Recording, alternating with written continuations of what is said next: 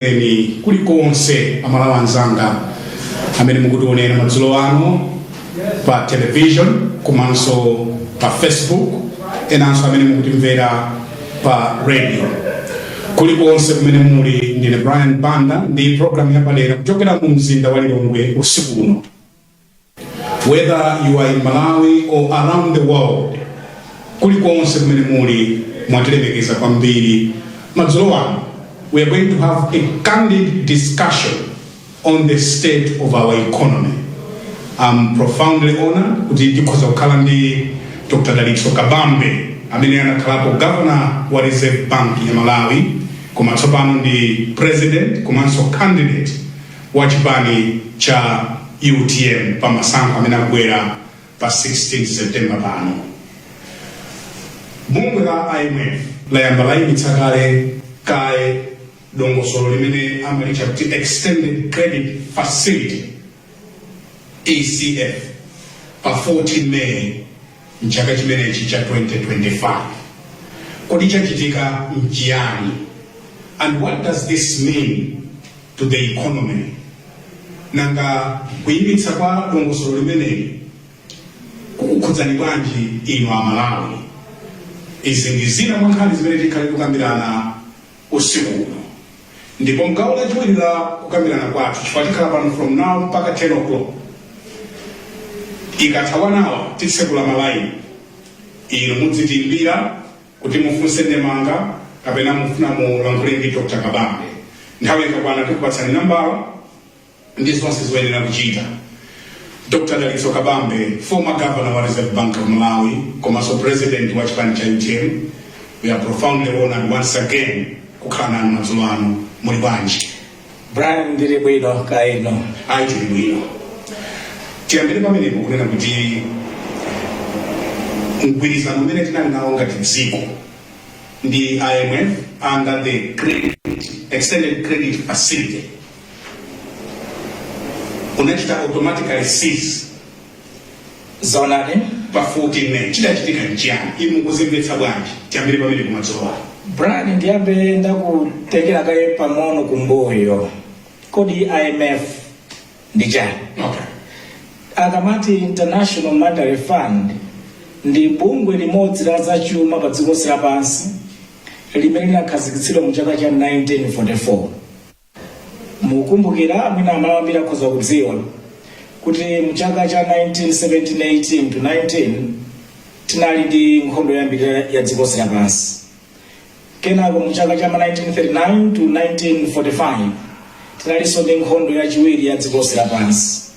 Ndiye nkhondo yapita kumapeto pakati pa tinadzakhala ndi chamati Great Economic Depression mu 1930 mmene stock market ya New York Stock Exchange inapanga crash ndi inapanga affect London Stock Exchange ndi ma stock exchange amene alipo time imeneyi. Ndi panali zinthu zazikulu ziwiri zimene zinachitika mu nthawi iyi, nkhondo ziwiri 1970-1920 komanso 1939-1945 komanso kugwa kwa chuma chonse cha dziko lapansi 1930. Ndiye nkhondo yapita kumapeto ndikutinso chuma chinakonzeka bwino komanso chumacho chasakazika kwambiri ku Europe konse chifukwa cha nkhondo ija. Kunali kuti nyumba zambiri, a lot of infrastructure in Europe was brought down during the Second World War, komanso ku Japan. Ndiye anakhala pansi ku United Nations anaganiza apange set up mabungwe atatu akuluakulu. Bungwe loyamba amalitcha kuti World Bank mu 1944.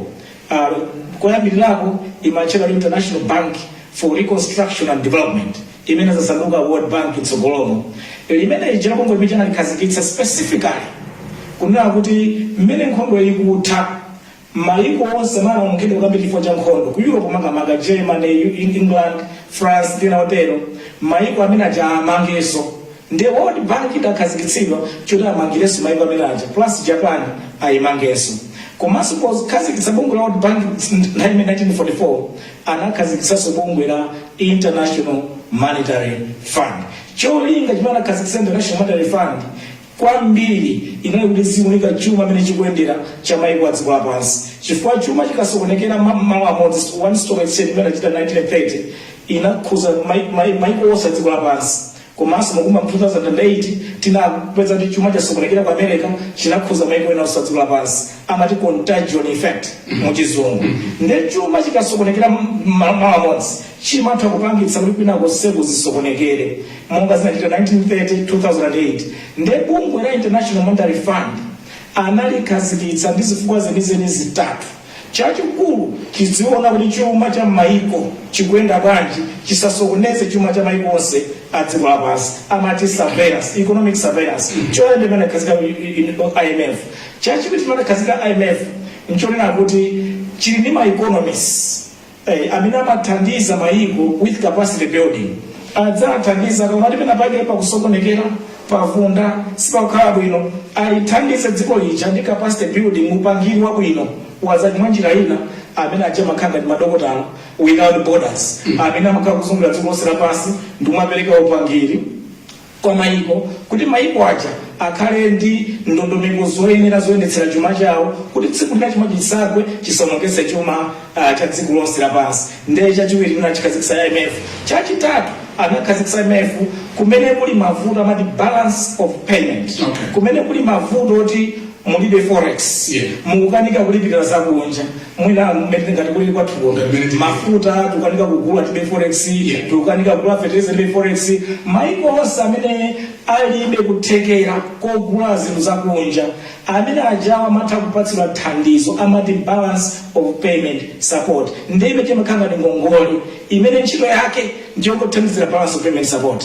Ngongole imene ku Central Bank ya dziko lilonse ithandizire balance of payment support dziko limene lili mavuto olilitsa kuitanitsa ndi kulipira zinthu zakunja dziko limene lija ndi limene lapatsidwa thandizo limeneli IMF loans, IMF credit. Imakhala magulu osiyanasiyana koma nthawi zambiri akamapereka kuti afuna kupatsa thandizo lija amapereka so upangiri chifukwa mupezeke mavuto mukanika kulipira zakunja ndiyo chiko limene chavuta dzikolo chimene iwo achabe afuna kuthandiza chimene chija akachithandiza chimene chija akukwanisa ndalama zoti muthandizikire zimene ziyazi kuthandizani kuti chuma cha dziko lija chikonzeke muno bwino chiyambirenso kuyenda bwino zonse zikhale bwino akatero cha masangala ntchito tutayigwira. Ndi IMF inakhazikitsidwa kwenikweni pa zifukwa zitatu zimenezi. Ndiye ndikabwera ku funso lanu chimene chinapangitsa poyambirira kuti ife Amalawi tipite ku bungwe la IMF tifune thandizo lawo. Thandizo linalifuniranji tidalifuna mukumbukira nthawi imeneja ifeyo tinali pavuto la forex kuti forex cover yathu inaliratsika kwambiri timavutika kugula fertilizer timavutika kugula mafuta agalimoto timavutika kugula mankhwala anthu akapita business kuti ayitanitse china chilichonse cha business yawo mabanki akwezekata banki akukanika kulipira zinthu zimene zija. Ndi chifukwa chake tinapita ku bungwe la IMF kuti ifeyo we are squeezed tavutika tili ndi balance of payment problem tithandize na IMF. Ndi IMF achadabwera nkuti kugwirizana nafe ukambirana nafe zonse zifunikira kukonza zija anakambirana nafe ndiye wachama kuthandizani amayikaso ndondomeko zakuti ziyang'aniro zawo kuti pali kuthandizani apa tikuyembekeza chuma musiyendetsana bwinobwino motere izi muendetse motere akakupatsani upangiro umene uja mukautsatira ningati dokotala la chipatala kuti iwe wadwala amakuza upange sotere ukatsatira malangizo dokotala aja umachira kukhala bwino. Ndi IMF akamapereka mankhwala awo ngongole ija akamayipereka kuti kuthandize amakulangiza so iya apo mutere mukatere mukonzeka mukhala bwino chuma chanu chikhala bwino ziyamba kwenda bwino chiyamba kukwera chuma anthu mwewa akakhala bwino ndiye tikupatsani kuthandizo ili likuthandize muyende panjira imeneyi. Ndi chifukwa inapita kubungwe la IMF. Ndiye lero ifeyo imakhala ma reviews after every 3 months program after every 3 months amadzaonika ngati dokotala kuchipatala mmapita kunata akone kuti palipo muli bwanji ndi amakhakwera kudzaonika kuti anthu aja chuma chawo chiyamba kwenda bwanji. Akabwera review yoyambirira timene kukhale ma reviews 6 akabwera review yoyambirira timakhala ndi izi amati quantitative benchmark targets timakhala ma figures fukamandizoti mmene musolera ndalama zanu mutolere motere mmene mugwisire ntchito motere mmene muzichitira mandatory policy yanu ikhale motere exchange policy yanu ikhale motere chuma chanu kayendetsedwe kake zikhale motere ndi amafotokozera zonse zija ndi amanati timabwera tsiku lakuti pakatha 3 months tidzaone ichi mudzachoke apa mudzafika apa ichi mudzachoke mudzafika apa ichi ndiye anadzabwera kudzaoneka anapeza kuti monse mujalayiphera 3 months yoyambirira dokotala wabwera kudzaona akuna ali palibe chasintha wakuuza ndi kuti musiye kusuta fodya musiye kumwa mowa ili mungobe akupeza mukumwabe mowa uti mukusuta fodya uti akapeza zimene munagwirizana zija zonse simunapanga ndiye dokotala chakudabwa sonde muchira bwanji ndi ukuyembekezerani tinagwirizana kuti tikumana after 3 months after 3 months ikamata 3 months ichi tikatafika nacho apa ichi tifika nacho apa ichi tifika nacho apa yatha 3 months ija akubwera aone ngati zafika pene paja zonse taliphera sizinafika pene zimene okhala paja atidikira kuti kapena mwe tipeza pa explanation tinena kumene zingakhalire takanika mpaka nafika kuti nthawi yopanga kuti program ja yokha 14 months yatha basi yokha kungopanga ndemere chifukwa maprogramu awo ikatha 14 months basi mangopanga jeri mangopanga ndemere joka. Ndimafuna mumvetsere zimene ananena a Felix Mulusu antiwo anakhalapo nduna I think 2020-2021 adachita report in parliament kuti tinali ndi facility because this was the DPP ikangochoka kumene tinali ndi facility ndiye tasankha kuti tithetse tufuna yathu and I want to tap your understanding on what he meant because this was under Tonse government. Let's listen to what Minister then Felix Mulusu told Parliament in 2021. Extended credit facility with the IMF. Madam Speaker, following discussions between Tonse Alliance government and the IMF, the two parties agreed to cancel the third extended credit facility on account of changes in policy by the new administration. Going forward, Madam Speaker, it is expected that government will negotiate a new credit facility. This is the former Minister of Finance under Tonse government, 2020 to 2021. Tinali tatesa. The compact was going on. Kuma tatesa chifukwa sisi kugwirizana ndi zatu. Ndiye tiya mitsanso ina. I want to tap your understanding on what did he mean? What was government thinking then? It was a wrong thinking, obviously. Chifukwa program ija ya 2018 ineyo nali modzi mwayo naka sainira nawo program ija tinaka sainira mu April 2018 andicholinga chake ndifane ndikuuze Brian 2018 timapita kumasankho 2019 ndiye nthawi zambiri mukationa dziko lathuli tikakhala ndi masankho chuma chathu chimaonongeka nthawi ya masankho mudziwa ndi budget imene timayipangira timapanga budget yosagwirizana ndi ndalama zimene tinazo timaononga ndalama zambiri chaka cha masankho tika zinthu zosiyana-siyana chifukwa takope anthu kumasankho ndiye ine mu 2018 ndi malemu Dr. Kudo Gondwe tinapita kwa a president anthu ameneyo Professor Arthur Peter Mutharika kukapempha kuti tikulakalaka kuna kuti chaka chino tidutse masankho a 2019 opanda kuononga chuma chathu cha dziko lino. Mukumbukira mu 2018 tinakhala kuti tili ndi a stabilized economy. Mukati stabilize economy kuti chuma chikuyenda bwino ndiye kuti kukwera kwa mitengo ya zinthu chemati inflation inali mu single digit. Inali ndi single digit inflation kuchokera 2017 kufika mu 2018 timafuna kuti kukwera zinthu kwa zinthu kuja kusapangise kuti kuyamba kukwera ifo taunonga chuma chifukwa cha masankho. Ndiye timafuna kuti kukwera kwa zinthu mitengo ya zinthu ikhalebe yomverera. Fertilizer chali 18,000 apitirebe kukhala 18,000 mpaka kalekale. Chimanga chili 6,500 chipitirebe kukhala mpaka kalekale. Soap wayu generali 50 kwacha apitirebe kukhala mpaka kalekale. Timafuna kuti masankho a 2019 asati onongere chuma cha dziko lino chisaonongeke mpira mbuyo mosema. Muona kuti masankho osati machitika chuma chimaonongeka. Ndiye timafuna kuti chuma cha dziko chisaonongeke ngakhale pang'ono. Ndi chifukwa kuti napita dala kukhala ndi program yoti tikupita kumasankho nthawi imeneyi. Inali ECF imene yanali the same ECF imene tinapita extended credit facility. Ndiye tinapita kumene kuja mu program imene ya 2018 tinanena kuti we want to maintain macroeconomic stability. Yonena kuti mitikukira kwa zinthu mitengo isamakwere. Yonena kuti kwacha nthawi chanali stable tena stable exchange rate ili pa 732 kambira 2017 ikhalibe pa 732 mpaka kalekale tikhalibe ndi stable kwacha ma reserves nthawi imeneja ali 6 months of import cover timafuna ma reserve akhalebe tikhale ma reserves oti tisamavutike kugula zinthu zakunja tisakhale ma fuel queues tisamavutike kugula fertilizer tisavutike kugula mankhwala tikhale zonse za dziko lino chuma cha dziko lino chikuyenda bwinobwino ma interest rate ukakungati ukumbukira 2018 ndili governor tinatsitsa ma interest rate jamati policy rate the interest rate of the country inafika mpaka na 12.5%. timafuna kuti ikhalepo mpacha ngongole ya business akutekaneka ngongole asimatengera pa milingo yokwera kwambiri ikhale mlingo wabwino tinkafuna zimene zijazo ndiye 2018 we had a macroeconomic stability situation and the economy was growing. Chimene chimapangitsa kuti chuma cha dziko chitsikula ndiye kuti ma fundamentals onse mu economy, low inflation, low interest rate, stable kwacha komanso ma reserves zimene zimapangitsa kuti chuma cha dziko chitsikwera nthawi chimakwera ndi 6% ngati mukumbukira.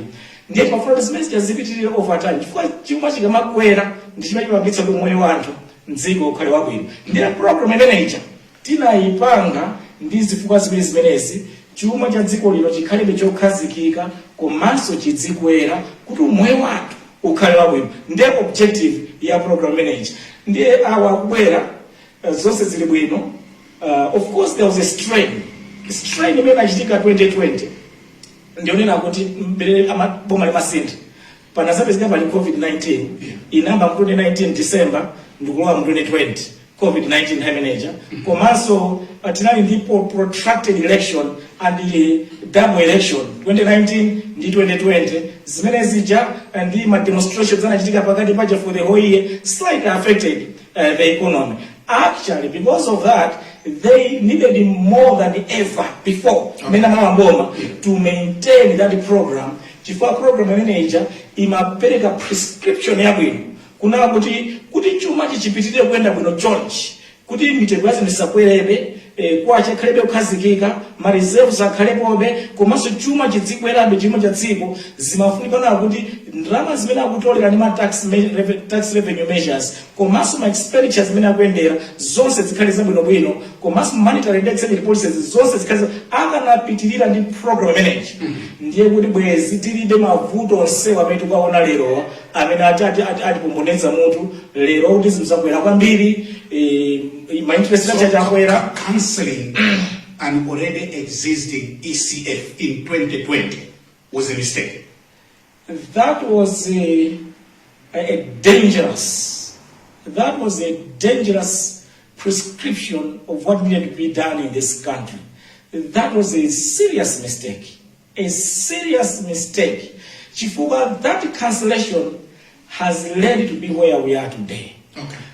Kuti mavuto abwere lero anthu anasanafune kutsatira zoyenera kuchita in the circumstance afuna apangeza matondo bwa ndi ani MCP njira yathu ya MCP kuti bangirezi mzatumira MCP way kuma ndi makonda kufusa kuti MCP way economics yake iti imene mukugwisa ntchito because orthodox economics imene alisema kugwisa ntchito ndi izizi zimene alisa kudzidziwa mmene akuzigwisa ntchito kuma njira zawozo zonse zosokonekera mwachitsanzo ifeyo kunkhani ya fiscal mukamati fiscal policy mukutanthauza kuti kodi mungagwiritse bwanji ntchito chuma ndalama za boma ili lakhala kumangobwereka chaka ndi chaka 1 trillion chaka choyamba 1.2 trillion chaka chiwiri pano mpaka nafika 2.4 trillion kumangobwereka ndalama chaka ndi chaka ngongole ya boma choka 4 trillion mpaka na 16 trillion at the beginning of this financial year. 2020 ngongole namba 4 trillion kwacha 4 trillion kwacha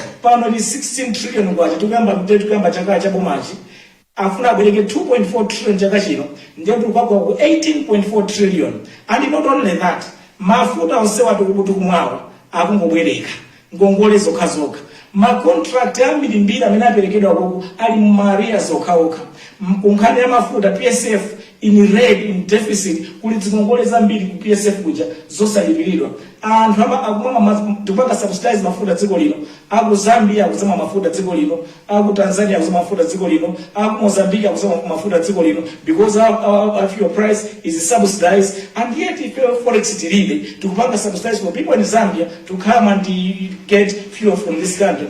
It's a disaster imene tapanga dziko lino. Tili ndi exchange rate yoti officials 1,700 kwacha to a dollar, and yet on the parallels 4,000 kwacha. I mean, how does that work? Okay, tibwerere ku IMF atipatsa ECF. Ndeti kumana 3 months. Yes. Nde abwera. What went wrong? Chili chose kinasoonekera. Zonse zimana nati mupange izimpange motere, zonse zasoonekera. IMF amafuna chani? IMF amagwira ntchito ngati ndafotokoza kale moja ngati kuti ndokotala. Okay. Ota akuuza mavuto ilili musiye mowa kuti mukhale bwino. Vuto ilili musiye kusuta foja kuti mukhale bwino.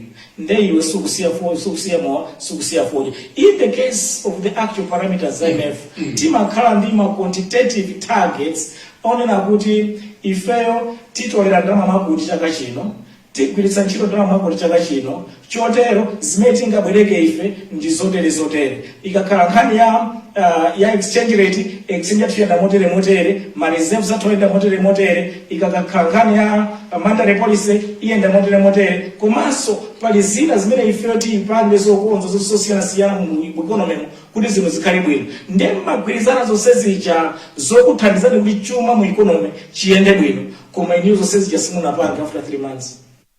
Simunazikwaniritsa. Ndiye mukapanda zikwaniritsa, kwa IMF it becomes a problem. Chifukwa iwe ndi patient afuna kuthandiza, iwenso kuthandizika. Akamakamba achichola ndanzawo akumanena kuti zina zimene IMF amafuna zosagwira. Tukupita ku masankho ndiye sitingamvere zonse zimene angatuze IMF. I want you to comment on that. Brian, ndakhala tikumanena za makansas atatu a dziko lino. Ndiye ifeyo ndi ma local economists, local advisors to government. Timapanga advise zoyenera kuchita. Ndikuuze zinthu zitatu zija ndikungubweza mwachangu kwambiri. Yes. Munthu uli ndi nyumba, ukulandira 100,000 kwacha. Ukumaka bwereka katapira wa 1 million kwacha mwezi ndi mwezi. Ukulandira 100,000 kwacha. What is going to happen to you? Iweyo ukulandira 100,000 salary pa mwezi. Ulinda katapira mwina 20 million kwacha. Ndiyo kumakhalira to mabwereka cha mwezi ndi mwezi 1 million uzika kuthera kuti. Ukomuka nazo ugwanazo. That's the fiscal problem. Imetili nayo. Tili ndi zikongole zitapeza 4 trillion kwacha ngongole. Ife tukupeza 3 trillion kwacha za MRA. And tumaka bwereka an extra trillion kwacha. Every year tukubwereka. Zikatifikitsa kuti. Ndi IMF akuna kuti you can't continue borrowing. Ukafuna kuti ukonzeke. Ukupeza 100,000 unonga 50,000 kwacha. Uli ngongole zambiri yamba kumabweza ngongole. Chifukwa amene ujayo amene akulandira 100,000 kwacha akononga 50,000 kwacha, 25,000 kwacha mwigwisa ntchito ukabweza ngongole, 25,000 ina akupangira business kuti ka income kacha kakula over time. Amene yuyu over time munthuyu umoyo wake ukhala bwino. Koma the economics menda kandi kunena ndiona ndipeza 100,000 kwacha ndizikabwereka every month 1 million kwacha chonse ndikudziwa ndi ngongole ya 10 million kwacha akatapira. Anthu andumbuze mwantundu wanji. Ineyo ngati ndi nyumba iyi palibe chimene ndingapindule. IMF ale azakulangiza na kuti sungapitire mabwereka 1 million mwezi ndi mwezi nkuyembeza kuti wezi kuzukhalira bwino. Siya kubwereka ukupeza 100,000 live within 100,000. That was the instruction to IMF. Musabwereke Sabuti amanene kuti anatuuza kuti tichite devalue kwacha ndi 40%. Ndibwere kwacha kwene ndinkhani ino. Okay. Ndabwera kaye kunkhani yoyambirira iyi. Yeah. Ya fiscal. Kumana auza kuti slow down and live within your means. Okay. Imene ndiyambirira. The problem imakhala ku fiscal. Chifukwa ndimene mabwetsa mavuto wasani manena ngazi that's the poison that destroys our economy. Chifukwa boma likanena kuti ife tapeza 3 trillion tukabwereka 1 trillion kuna chaka chino tukabwereka 2.4 trillion zobwereka. Zikulanda uzana kuti kuma banki kuja ndalama zonse zili kuma banki zonse ma savings za Malawi, ma pensions za Malawi, zonse boma likasesa ndalama zonse zija zibwere ku Capitol Hill. Koma Capitol Hill expenditure nthawi mbiri 70% imapita kugula zinthu zakunja. Akagulire zima TX magamu zinama endera kuboma kuja, akagulire ma computer, akagulire mipando yawo ino furniture, akagulire fertilizer, akagulire mankhwala, ndi 70% imakagulira zinthu zakunja. Aendere sebombo maya ticket, akagulire mafuta galimoto, ma contractors ambiri ndakunja apatse ndalama equipment, plant and equipment yakunja, ndi ndalama zambiri zimapita kunja.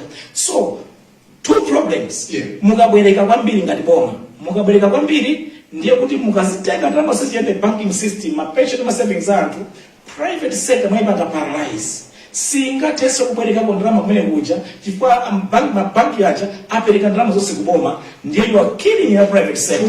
Secondly, mwine nayo yukabwereka mabanki kumalawi. Ndiye kuti niyo kati muli savings ku banki, muli pensions, zonse zija zonse azibwereka boma.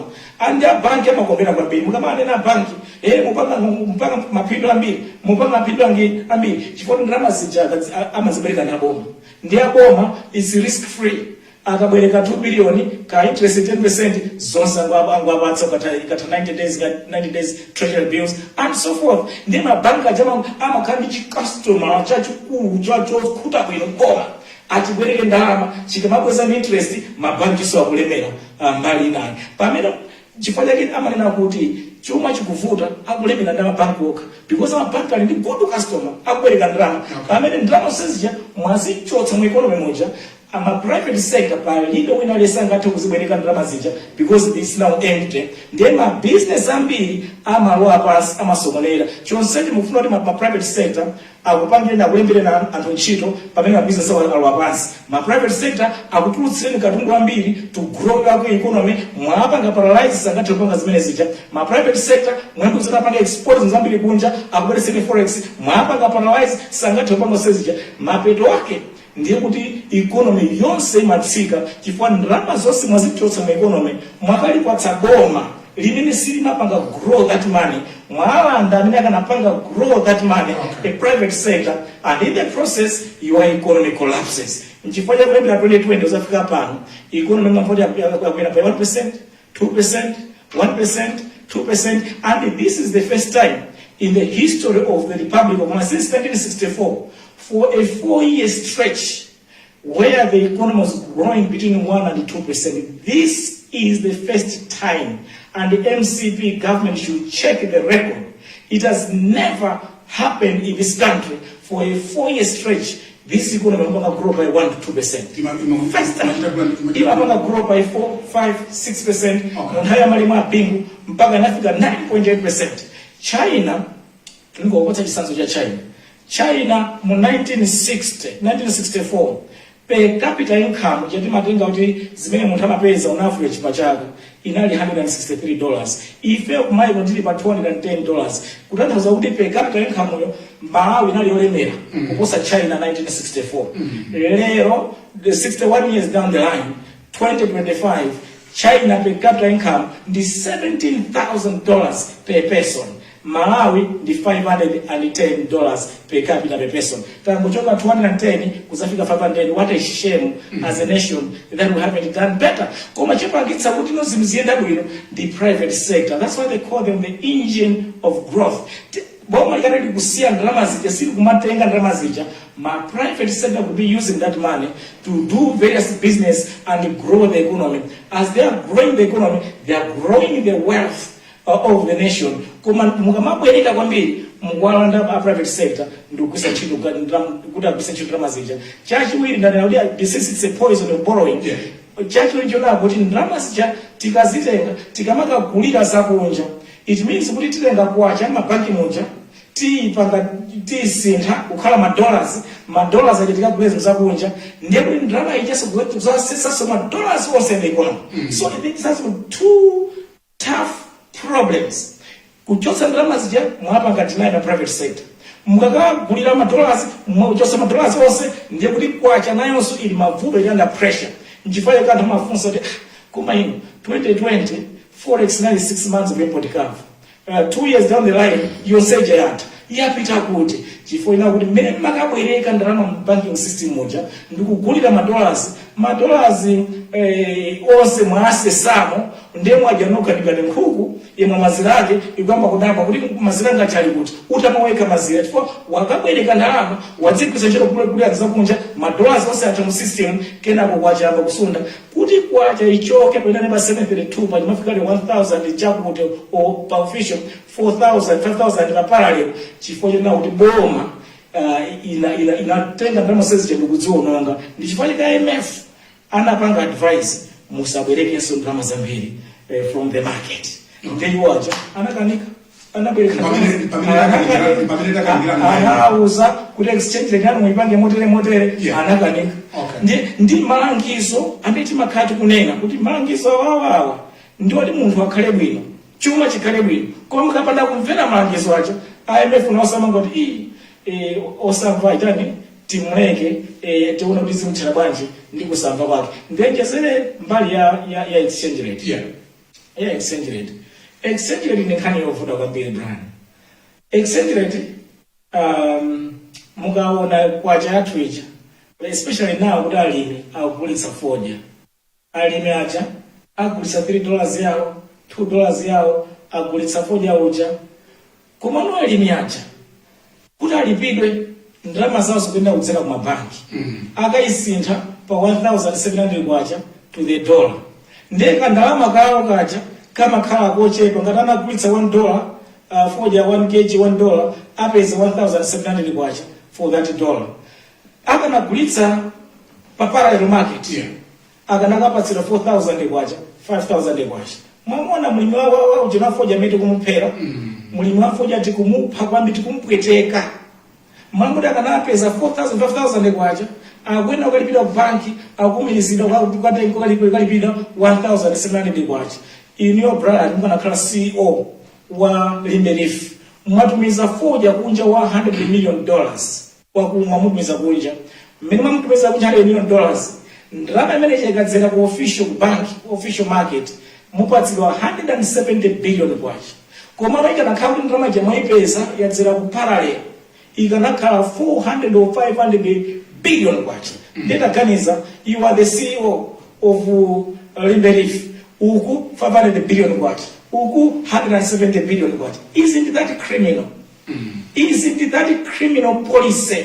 you know you are penalizing your exporters my exporters are mukapanga penalize pamene wina amene afuna akagula chinthu chakunja ndiye wadzera ku banki akachigula chinthu chija ati 1700 kwacha to $1 pamene awawa akupwetekeka kufinyika awawa enawa to them it's an advantage chifukwa fertilizer jokayangana mwachitsanzo fertilizer pa global market is about $30 per bag ndio ukatenga $30 per bag ndio kupanga kakile times 1700 upeza fika ke ndiomverera maficha 1000 koma ukapanga pa parallel market upeza 150,000 kwacha ukapanga parallel market ndiye kuti fertilizer mtengo uje ndikugula 150,000 kwacha ndi mtengo ogulisa ntchito exchange rate ya parallel market ndi alimiwa akugula zinthu ma inputs pogulitsa mtengo wa parallel market akamakagulitsa zinthu zawo akugulitsa ntchito pa mtengo wa official tikuwapweteka alimi athu tikuwapha limene mwina amalawi akufunsa madzulo do we need ECF tikufunika ulangizi wa IMF kapena tikhoza kukhala patokha because ndakonza ndikale ukamamvera mmene akuyankhulira kuboma zonse zimene amatiuza sitikadata kuchita so umanage it on our way tikwanitsa kuchita tokha because pakumakhala ka sentiment kuti anthu awawo akutilangiza zoti sitingakwanitse tukubira ku masankho ndiye sitingamvere zilizonse munjira ina afuna aonongebe chuma cha dziko lino chifukwa tingapita masankho timaononga chuma cha dziko ndiye afuna chuma chija achionongebe koma ndingonena motere Brian na kuti munthu akufunira zabwino achimwene mukapitisa mwamoyo muli ndi vuto la liver mufa ndiye kuti ineyo ndikudana ndi dokotala ndikumusiya dokotala ndizipanga amene kufunira ndiyofuna zikitabe kumwamowa uli ndi vuto la liver. Ndanena kana kuti maiko amene amapatsidwa balance of payment support ya ECF amakhala maiko amene ali ndi vuto ya balance of payment. Akuvutika agule zinthu zakunja, agule fertilizer, agule mankhwala, agule fuel, akuvutika alibe ndalama zoti agule zakunja. Amene aja ndi amene bungwe la IMF limawathandiza ndi balance of payment support. Ndiye mmalizetu ndiyo mmene wanenera utaliona dziko lathuli anthu ali mafuel akugona mafilling station, tikukanika kugula mafuta, tikukanika kugula mankhwala, tikukanika kugula fertilizer. Anthu ambirimbiri mabanki mapempha mabanki awalipirire mabizinesi awo ayimayima akukanika kugula zinthu kunja. Ndiye wina munzeru zake akuti inesi nifuna thandizo la ICF. Brian akukaniza namene governor Reserve Bank poyankhula lero ku Mount Socho Hotel ku all inclusive conference ya Public Affairs Committee akuti ndalama zakunja zobwera ngamwe. Brian akonda mwala Brian nthawi zambiri ukakhala ndi program ya IMF imakhala timati IMF akupatsa ndalama mukutsata zimene anena zija chuma chanji kwenda bwino, imakhalanso signaling effect ya maiko ndi mabungwe ena wonse amene amathandiza maiko a dziko lapansi. IMF ikachoka mabungwe onse aja amasiya kuthandizana. Ndiye moso this year tili mavuto akulu atatu. Number 1 ndiyo ndakuti foreign policy ya dziko la America amene amatithandiza kwambiri foreign policy yawo yasintha. Panopa mwamva kuna kuti USAID funding yake yatsika kwambiri. Ife timalandira ndalama zambiri about $160 million chaka ndi chaka dollars zochokera ku dziko la America through the USAID. Sitikudziwa kuti ndalama ziti apano kwandira zingati pano kumano mmene zikukhaliramo zikuoneka ndalama zimene zija zapita. Komanso foreign policy ya between the US and EU. My European countries afuna apange invest so much in their defense as they support Ukraine. And as they do that, many countries in Europe now are cutting back on their aid in order to show up their defense spending and support to Ukraine. Panopa sitikukhulupirira EU as they are cutting back their aid would give more money to Malawi. I don't think so. And in many cases, they give more money when you have a program with the IMF. Now the program is not there. World Bank, now that IMF has officially cut the program with Malawi, World Bank will follow suit in the upcoming support will be going down. So I don't see where the governor is saying we're going to get money from. And in any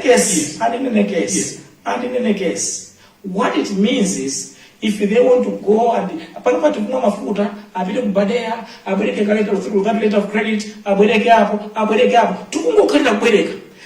What it means is sizikhala zoti ife tapanga ndalama kugulisa zinthu kunja tukapitiriza kubeleka. Brian tilikale ni mongole 16 trillion zikupita ku 18 trillion azicho saba 14 trillion pa 4 trillion mota governor alise akutuza lipo mali likhale kubeleka bendala tabwereka konsepo afuna apitirire kubwereka ndama ndakuuza kale munthu amene amakhalira moyo wongomangubwereka ngongole zimafika poti zimakusautsa zimakupha. Maganizo kuti iwo akati taponda mwala forex kubwera mpweche muganizo kuti maganizo mwawo akuganiza mwina afuna akabwereka dina kwake nanga uzipaka celebrate borrowing ukapaka celebrate borrowing or even kupanga celebrate ngati ndikupotsedwa ndalama 8. You don't celebrate that. Olemekezeka malemu aleke banda. Nimakonda statement ndinapita nawo ngati ndona ana alinduna yanga yandili staff wa ana nduzo nawo kuti there is no dignity in the begging or borrowing. Bwana sisi mapatsa ulemu. Kubwereka modi governor Reserve Bank azituuza ife ndifana kabwereke ndakonda mwa sumwa utuna kuti ife tukagulitsa sinthu pese $.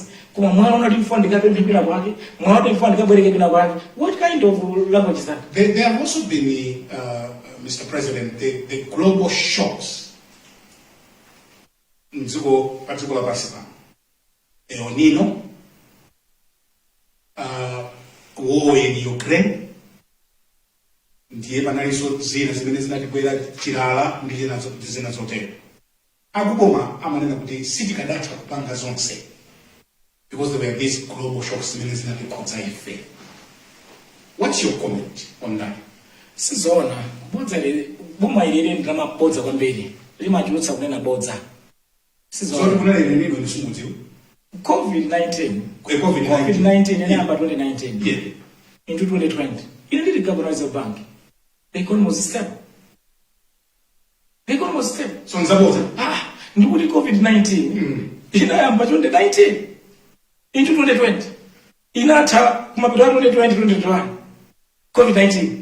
Mudwa COVID-19. Tikuti COVID-19 itu. Sikuti COVID-25. Inapita kale COVID-19. Azituuza pesa COVID-19 lero. Maiko sewa ozitizungulira oba. Zikuenda kwanje kuna usewa. Bra. Ifeyo tivomere. Brani undimvetse. Pali ndondomeko zoti muziyendetsereza fiscal. Live within your means. Awawa akanika to live within their means. Okay. Chimene chikuchitika kuboma kuja, chimene chikuvuta. Anabwera mboma, anapeza wejibiridi pa 37 billion kwacha. Alemba asibale yawo. Kudzadza ma PS kanda ngati. Ma directors kandi ngati, ma pwefu. Kuma embassy ku anthu mbwe. Wejibirija inachoka pa 37 billion kufika pa 110 billion kwacha pa mwezi. Aliwazika nati anuzati jebitse masalaries. Mwachoka branch pa 37 billion kwacha. Ukafika pa 110 billion kwacha pa mwezi. Chikondi mwalimba ndosewa zibale anu wache mwali anu ndani osali yese muthu ose mufunali yese akhale PA ku State House. Kuli anthu close to 1000. Kudi akutani ku State House atu. Maembasi mosemu mwadzadzana. Ndi aime pakuuzani kuti weji bilioni yakula. Chifukwa MRA yahandikulolera 3 trillion. Ikatola 3 trillion mukulipira zinthu ziwiri. Mukulipira masalari mukapanga 110 billion anuwa pachaka. It's about 1.4 trillion mukulipira masalari. And then my interest payments kwa mgoma kumubwereka another 1.6 trillion mukulipira my interest payments. Zinthu ziwiri ndalama zimene zatolera MRA mukulipira zinthu ziwiri. Akuwawuzana kuti the right thing to do, downsize your public service. Chosani na usewa ministry mugwina mukale now in the public service. You don't need mulima ministries 18. You don't need 74 PSCs. Mulima ministries 18. My PSF more than 74. More than 74 PSCs. My directors, you have over 1,000 directors. And yet my ministry is 18. My departments can check my 60 my directors are selling TX. And mupatsa keseka 1,000 liters per mwezi. Mafuta basewu kuma mchipoto setu kwa mulima PSA ndi madereza mungapatsa mafuta ochuka kwambiri. IMF wakuzani downsize, trim up to be within your means. Ndifu kuna isina usanzo wafuta IMF. Sitingazi kwa nix, tupita kumasaka. Mukonzeka wanji. Kuma embassy kutachepetsani anthu, kwina kuli 15, kwina kuli 20, kwina kuli ango konda na mapasi. Tachepetsani anthu, kutisa zofuta kwambiri. Sitingazi kwa nix zimezi ziti. Ndi mukonzeka because in the end mukupezeka kuti ikoza kupezeka boma limene likoza kuchita trim wage boma limene libwera pa 16 September. Yeah. Really the choice. We have a precarious situation here in Malawi. Tukuti ndalama zimene mwanayitolera mukulipira zinthu ziwiri. Ndiye kuti simungakule fetereza, simungakule mankhwala, anthu sapita ku school, anthu satani, misewu simukonza. You have to take that tough decision. On samene you don't need in the civil service. You must trim. For you to balance up the books. You have no choice. Because that's what I'm saying. when you have that kind of government, you have to task. You have no choice. Okay. You have no choice. You have to make tough economic decisions. Yeah. You have to. I think it must be asked. The way you came, you must go the same way. That's it. Oh, okay. That's it. Yeah. The way you came, you must go. You need to discuss and agree. Let's set it here. You can't remain with that kind of wage bill and expect to sort out the economy. You need to work on the economy. Tafika 137 billion. Tafika bwanji? Yeah. Nakasi MCP inalikunja kwa boma zaka zambiri. Inachoka mboma 1994. Ndiye kubwera 2020. Ndiye zinalikuta kabu desert ntaya Itali. Achemwali bwera. Achimwene bwera. Ndemwe. Tose tiye. Sumbe barak siose tiye. Tipite bwene. Tikaje. Mapwevu kwevu. Imsimu mazimba mezi maninda moja. Kutakata kwa rango lemba mbindika polisi. Abolisa mwati. Sisi mafeka zimezi. Maofisi muzambiri pali director kale yes Sunhani tambulisa director nzana pali deputy Sunhani tambulisa nzana. That's what is happening in the offices. Ndi anthu abweretsa ambiri mbiri in the offices. Position not original pale mtu modzi lero pa 5. Position imodzi imene pale mkamu mtu modzi lero kapena kuwazalizete mupile mukapanga check. Brad, ndakupatsa example. You know the my PS are over 74. My ministry is 18. A PS is a controlling officer of a ministry. Now you have 18 ministries. You have 74 PSs. What does that mean? You have 2 or 3 people at one position. And for no reason, Komali yesemu mkulile mathematics, ayesemu zipatse mafuta za mbili. Simple like no. And muziba IMF kuzalia ichebetsani. Izizi chebetsani, aba chebetsani. How is also zofuda msitingazi kwa needs? Sitingazi. How do you solve the problem of that kind of a patient? Odo kumulangiza sa ufuna kumva. Ndiye ifeyo mukata kali kunenera kuna kuti chuma cha dziko lino chidzafunika pa 18 pano uchiganizira mozama kwambiri kuti chikonzeke. Ndakamba za arrears ngongoleli yako pali dzima arrears mbwe all over the system. Exchange rate ndi official 1,700, then parallel 4,000. Who in his right sense of mind angakaiga drama kubaki angakasina drama zake so IMF yana kuti takadikana. This system has automatically expired. Chifazimene nakuizana sisi kuteka. What is the consequence of this decision kwa muntu wamba kumbalajana kapena kwate kutebe kwa kutembe zimkhudza bwanji zimene zizimu bonga tafotokoza kale yeah. Kuna kuti ECF program ija imafuna ikonze chuma cha dziko lino yeah. Zinthu ziyenda bwino dziko lino ndiye mmene yachoka ECF uyo zinthu zimene sizikonzeka amafuna kuti chuma cha dziko lino mitengo ya zinthu inflation yeah. Itsike mitengo ya zinthu samakwera mungayikwerera pano ali yes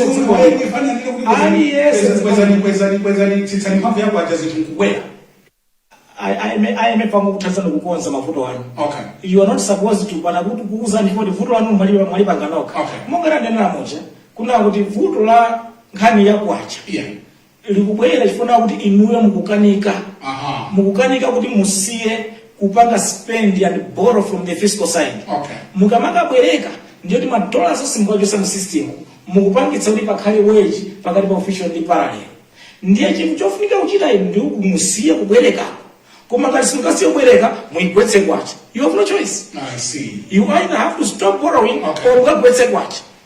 Ndiye munthu wanzeru ngati ine sindikafuna kugwetsa kwacha. Ine ndifuna kusiya kubwereka kuti madollars aja tisatengeso in the banking system. Tasiya in the banking system. Okay. Mukasiya madollars aja paokha chero simukatengaso amayamba kupanga grow. Amayamba kupanga grow. Akamapanga grow private sector zabisa ntchito ikupanga business yawo akubwetsani mu forex, the economy is moving. That is the right way. Komano ukakhala kuti phaya ine sindifuna kusiya kubwereka drama then kwetsa kwacha. You have a choice. Ndi IMF amakubuza you can do this or you can do this, you have a choice. Ndiye IMF imakupatsa ulangizi wabwino. Ulangizi monalipo pano ndonati munthu alimeti makatenga program eneyi tinali ndi mavuto akusowa kwa forex, tinali ndi mavuto akukwera kwa zinthu, tinali ndi mavuto una kuti interest rates zakwera, tinali mavuto chuma chathu chadziwo chikwaniko kukwera. Ndiye mmene programu yachoka mavuto asiyaja amafuna kuti program atikonzere mavuto jasakonzeka. Ndiye chimene amala ayembekezere tsopano chona kuti kwa mavuto aja sakonzeka ndiye kuti kukwera kwa zinthu kukhala kupitirirabe mayo takhati kulira uja timasalale tochepa zinthu zikukwera mitengobe zinthu program inabwera kuti ithandize kuti zinthu zitsike zikhale bwino program yapita zinthu zikhala zikukwererabe. Program inabwera yoti ithandize ife kuna kuti my interest rates atsike, my interest rates atsika, onse nali ngongoli mabanki la nyumba ngongoli zawo zonse ayembekezere my interest rates akhala kukwera. Program inabwera kuti ithandizire kuti forex ikhazikike, ndalama yako aja ikhazikike bwino bwino pa 1700 ndipo reserves akhalepo. Program inabwera kuti zimene zija yapita lero kulibe tisayembekezere kuti forex ipezeka pansika, tiyembekezere kuti amene kugona ma filling station kukhala kugona ma filling station ngati magona ku tsiku limodzi tizigona masiku ambiri pa filling station chifukwa program inabwera ikonze mvula forex yapita kulibe koso program ija yathawa pakati pathu. Komanso program inabwera kuti ikonze kuti chumachi chiyambe kukula, the economy started growing and creating jobs for the youth. And akumbala jana ayambeza ntchito, akumaliza school na school member, akumaliza school members ntchito, saabeza ntchito for the economy is going to fail to create jobs, there will be no jobs. Komanso andamena ayambeza kuti chuma chiyamba kukwera ka umoyo wawo, kayambe kutsumpuka, ndikumonika kuti andapeza ntchito, ndikupeza kandama kabwino, ndikutani zonse zija zapita chifukwa program which was meant to address the underlying problems of the economy. Akuwaza chuma chathu tipanga achieve macroeconomic stability, zinthu ziyenda bwino zonse zapita. A business anambo zoti akandi a favorable macroeconomic environment yoti mabhizinesi apange bwino azipita patsogolo, a business onse ali m'madzi lero, mabhizinesi ayembekezerenso kuti chuma chiyenda bwino. Kuchoka kwa program iyi kubweretsa mavuto osautsa amene achionsewa kuphatikizapo amati pasaka thandizo ka balance of payment ndiyo kamene kaja kapita nanena za signal effect kuti mmene abwera iwowa amabweranso ina ambiri kuzatithandiza osiya chanapo kuzatithandizaja onse kulibe sabweranso ndi mavuto okakukanikulira kwakukapakana kuma elections wo. akamakamba IMF akunena kuti zakanika aboma akunena kuti takambirana kuti tisiyane timvereziti. Brian, ndinadzanena pa interview ina ndi iweyo nanena kuti a president Chakwera ali ma choices awiri panopo, ndilimbane ngainza masankho zachuma, forget about it. The economy, I should forget about it.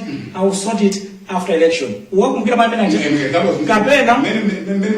kapena ndikuonse chuma cha dziko anthu anga avutika kwambiri, azunzika kwambiri, ndakonzere chumachi zikonzeke kuti no ine khandi akandisankha kasikandisankha I don't care koma ndikuonse chuma cha dziko. Then nanena kuti akonze chuma cha dzikoli zimatanthauza kuti civil service ija ayipange trim to size. Okay. And I said that at this point, the president doesn't have the guts to do that and he will not do that. Amena kuti asiye kuyenda locally and foreign wise. Chifukwa enda, he's spending more money and the whole civil service isiye kuyenda to control expenditure.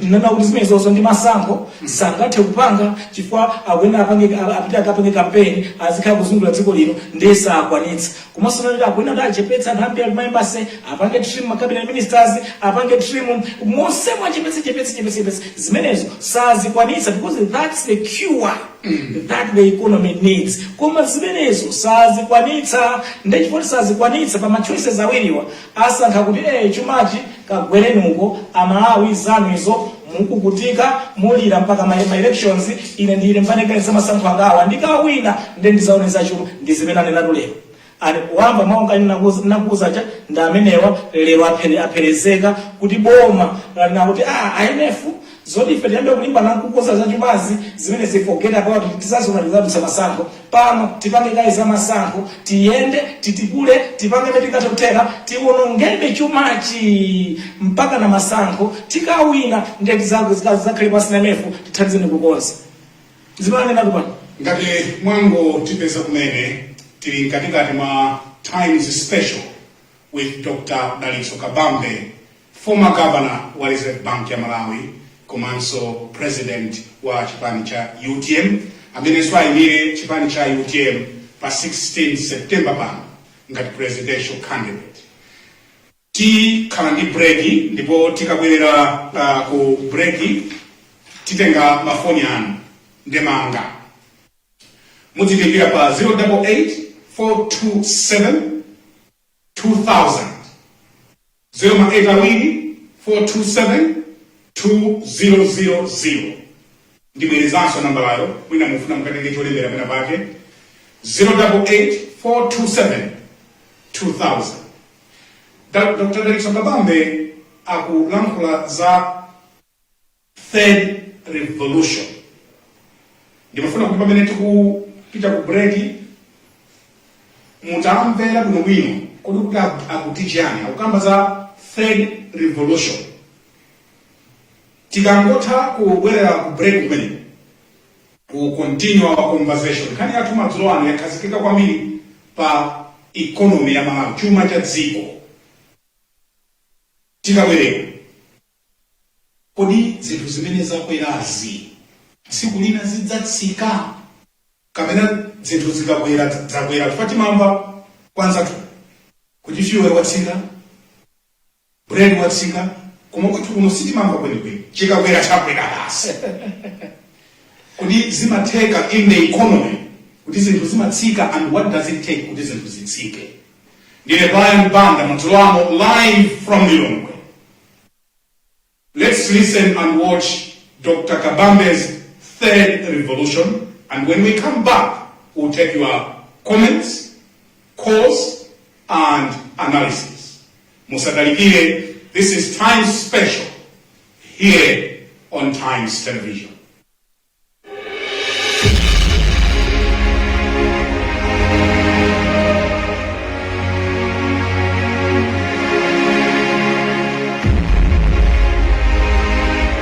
Kusakaza mbiri amalawi akhala kugwira ntchito mukalafula kaka koma tukutukuka pachuma adakali maloto chabe.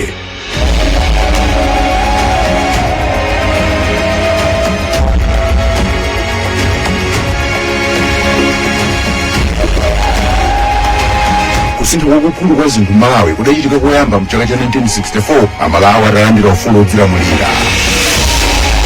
Kenako Malawi adalowa mndime yachiwiri yakusintha kwina kwakukulu mchaka cha 1994 tidavomereza ndale za zipani zingapo. Komatu mzaka zonsezi chinthu chimodzi chinasinthabe mpang'ono pomwe: umphawi.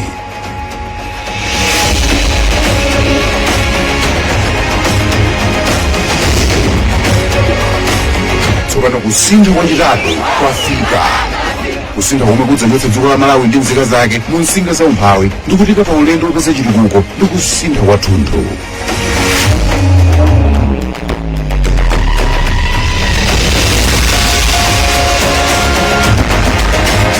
Izitu sizikutanthauza kungokonza ulamuliro watsopanowu, tikunena kuchita zinthu mwatsopano ndi kukonzanso Malawi kwathunthu pakayendetsedwe kachuma.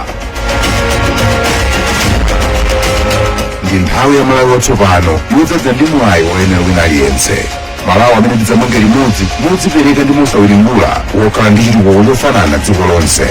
Ndi nthawi yoti chipani chathu chisinthe tsogolo la Malawi kukhala dziko lotukuka. Tizayika ndalama mu ulimi wamakono, ulimi wamthirira ndi mafakitale okonza zokolola. Palibenso zomagulitsa kunja zinthu zopangira katundu popanda kupanga phindu. Kuonetsetsa kuti zaku Malawi ndi zinthu za mtengo wapatali ndi zosavuta kugulitsa kunja. Ulimi ngati bizinesi ndi minda ikuluikulu zidzathandizira kusasowa kwa chakudya, kupezeka kwa ntchito ndi kupanga chuma chofikira wina aliyense.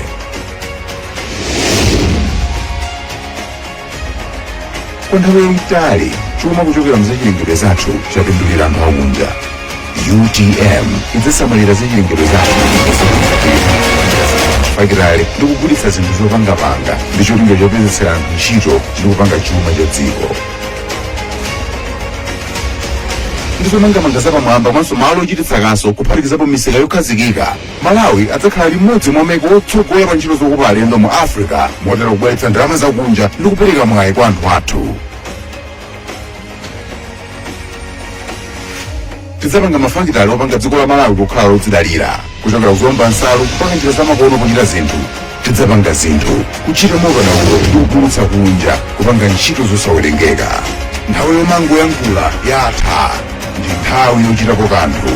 Usiku wachitatu pakachitidwe ka zinthu kwafika. Tsogolo lanu, ufulu wanu pachuma, Malawi wanu. UTM yakonzeka. Nanga inu? Pa 16 September tidzavotera Dr. Dalitso Kabambe, mwamuna yekhayo amene angaongolere dziko la Malawi kutukuka pachuma mokomera aliyense.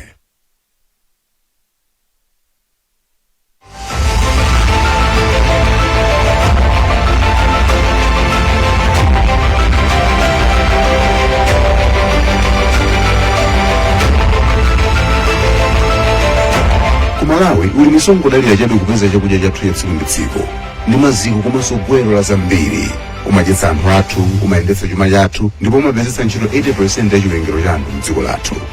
Koma kwa zaka zoposa 60 takhala tikudalira njira za ulimi zoti sizigwiranso ntchito, ulimi wochita ndi manja, nthaka zoguga komanso kudalira chabe mvula zatibwezera mbuyo, zokolola zangwema mapatani imodzi kapena awiri okha pa hekta, zotsikiratu poyerekezera matani 6 omwe tingakwanise kukolola ngati dziko.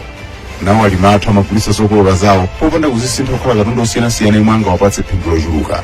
Izi zimapangitsa kuti agulitse zokololazi pa mtengo otsika kwambiri zomwe zikuwalepheretsa kuchoka mu msinga za umphawi. Nkhani si ya ulimi chabe, ndi nkhani yokhudza kusokonekera kwa zachuma, ndipo chotsatira chake Amalawi oposa 5 million amakhala ndi njala chaka chilichonse. Osati chifukwa choti tikusowa malo olimapo, koma chifukwa chakuti takhala tikusowa utsogoleri oganiza mozama ndi mwanzeru zogwiritsa bwino ntchito nthaka yabwino yomwe tili nayo. Kwa nthawi yayitali zinthu monga katangale, kulephera kugwira bwino ntchito ndi kusakwaniritsa malonjezo zidachotsa mphamvu ndi kuthekera kwa ulimi kutukula miyoyo ya anthu komanso chuma cha dziko lino. Anthu anataya chikhulupiriro ndipo zinthu sizikuyenda.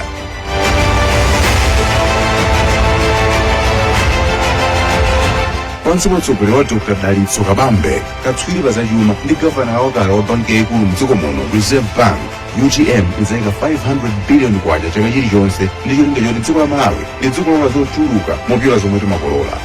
Tidzagwiritsa ntchito ulimi wa makono, wogwiritsa ntchito zipangizo za makono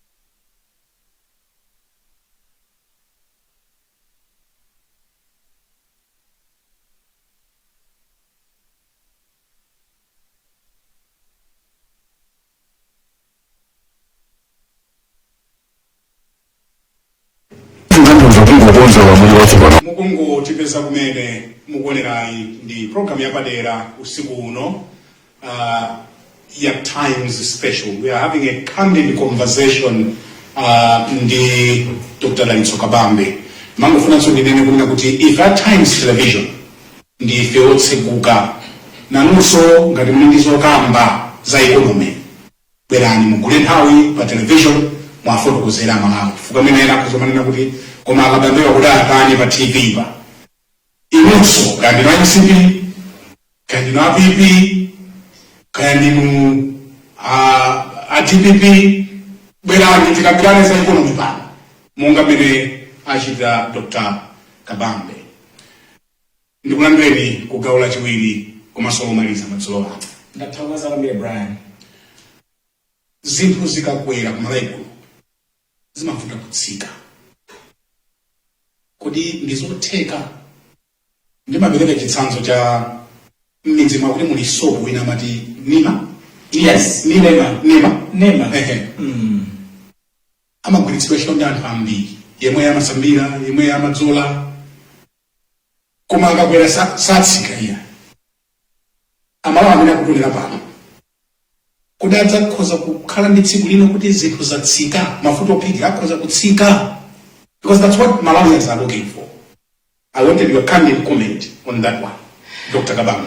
Zinthu zimatsika ndokumbukira mu 2019 ndi Governor Reserve Bank kwaje takhazikika mafuta pa global market atsika mtengo basi nifoti tikugula madollars kwaje takhazikika mafuta madollars atsika mafuta dziko la galimoto anatsika mukumbukira petrol anatsika diesel anatsika mu 2019 ndi Governor wa Reserve Bank ya Malawi zinthu zimatsika ndakupatsaso chisanzo cha fertilizer kuti fertilizer tikumulira lero iyi atukula 150,000 day pa global market umatha kulipeza package $25 per 50 kg $80 per 50 kg $80 nditenge mtengo wakulu times 5,000 ya black market ndi 150,000 kwacha mtengo amene anthu akugula ambiri fertilizer dziko muno akupanga cost it at the black market rate ndichipalike fertilizer yopera kwambiri mtengo ife ya UTM tikalamboma ndi awusa Malawi ife ya UTM tikalamboma fertilizer price yathu will be benchmarked at the current official rate ndiye mukawerengera 1,700 kwacha times $30 per 50 kg back ngamazinga mubeza na lisa zabitira mtengo wake 60,000 kaja ma 50,000 52,000 zoteka ndizimene kwaongeza mali pano okay nanga simali taongeza lapha muziki nsuku muno ife sinaongezeko ndio mukafuse kusomera na nakao so yakata ku CCCUD alipo aliwanga na mamulika simezo ndio mukafusa mleo mukafusa ife oda UTM 2020 UTM itala mboma ndichipande cha MCP mu coalition chaka choyamba anthu anaja katatu chaka choyamba cha 2020-21 agriculture season fertilizer uchi anthu amapeza pa 4,000 chakuti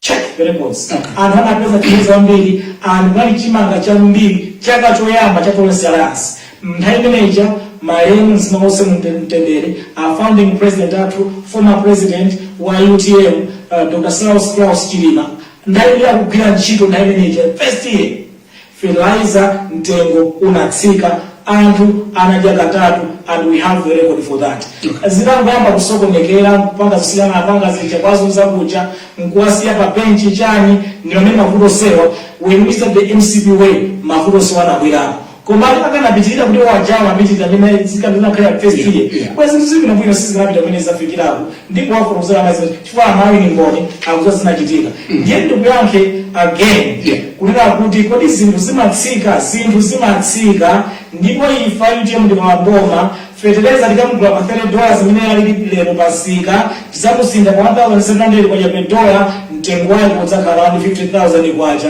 mtengo wa fertilizer dziko lino ukakhala around 50,000 kwaja mtengo wa fertilizer ndiye kusochimanga mtengo wake watsika anthu adzakwanitsa kukamugula fertilizer anthu adzathandizidwa zinthu zamba kwenda bwino tangoni naso clip iyi ya ujeni ya agricultural policy plan ya UTM tafotokoza zonsezo mmene muno zikatsika chonchija zambiri zinso achina soko achina mafuta zonse tikumagula ka mashoprite tikumagula magemu chenje zonse zija akuzipanga koti kwambiri mitengo pale market chifukwa anthu aja ma business people a mdziko lino akapita ku banki kuti awalipirire zinthu pa rate 1,700 amazo madola zikulibe amina kumapeza ndalama pa mabanki kucha ndapo maokhala kuti president amene wakutuka kuti amene alimwa pasika madollars ati 1,700 koma eno sa business yo sakupeza madollars awo from the bank palibe amene banki imuthandiza kuti akupeza mzake kunja anthu amapeza njira zawo modula kwapeza dola modula akabweza zinthu zija zikumakhala zipanga peki pa mtengo wodula kuja ngati zinthu zakwera madollars akamba kupezeka in the system tikawambomba aliyense wabizi makapeza madola zake ati 1,700 kwacha $20 zinthu zizatsika neti atsimikizira Malawi amene mukutimvera madzulo ano mukavotera UTM idzakonza chuma cha dziko lino chotero ndalama tizikayipeza 1,700 kwacha mpamene tsogolo ndimalinaso mkubuya last week in Manena chinthu chimene chinapangitsa kwambiri inflation kukwera kwa zinthu dziko ndi ndalama yathu ya exchange rate. Exchange rate ndi number one factor injengomati core inflation kapena kuti non-food inflation, kuti kumene kujako kukhale zinthu zikwera mitengo, zinthu zake ndi nkhani exchange rate komanso nkhani ya mafuta akakwera. Mafuta a global prices samakwera kwenikweni, akhoza kukwera kanthawi but it's normal come back to its normal trend and so forth. Koma ndalama ikangogwa yakwacha ndiye kuti zinthu zonse zimagula kunja zija zimadula. Ndiye to stop inflation or to control inflation unaonesitse kuti ndalama yakwacha chemwaigwira si kupanga zakezi si kuluza mphamvu zake. Mukamwaigwira ndalama yakwacha mudziwe kuti zinthu zanu ziyamba kutsika zikhala mtengo wabwino sizikwera.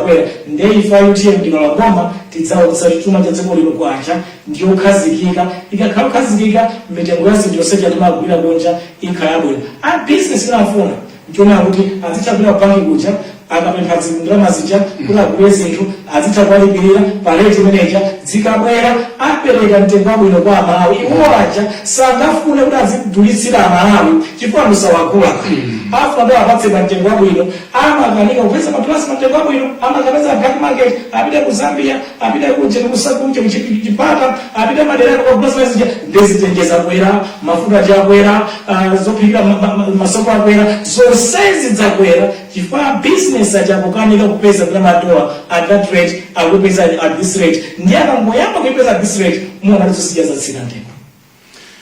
Timalenda kunena kuti we want to spend some time kuti timve ndemanga zanu kuliko mkwamvetsa Dr. Kabambewa zimene akuyankhula zikugwirani mtima nanga muli ndi funso kapena ndemanga. Nambala yathu 088 427 2000 wairesi yakanema ya Times. Hello, tikudziwe ine ndili bwino kaya muli bwanji? Akanyumba mulipira ku chakulandirani apo ceremony President UTM Dr. Kabambe.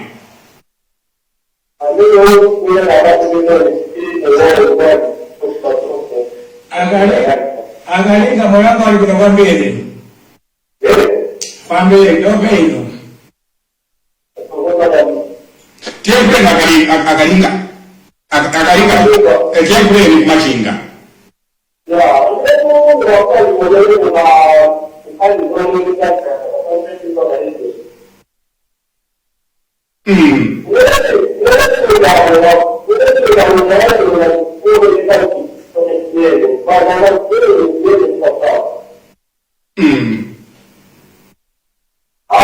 Nukumbani hapa pitilizana.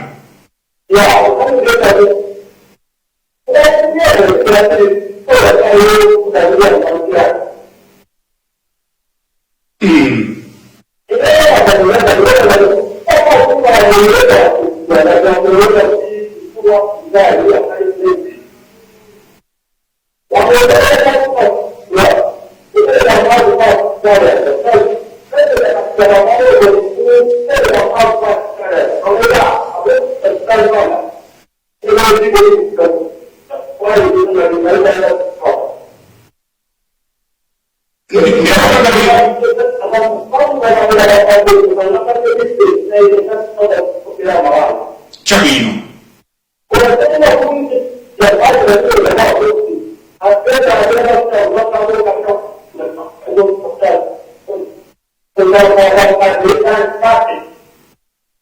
No chikuthokozeni kwambiri kumachinga kuti tili modzi usiku uno. Ndathokoza kwambiri. Mulipambwe kao?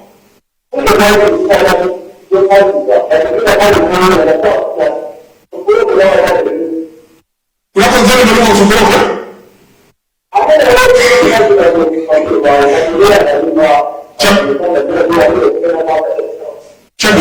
Chabino.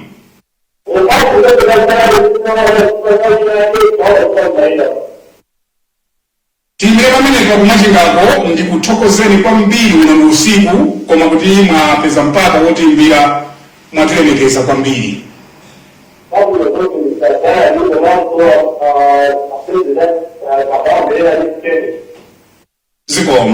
Zikomo.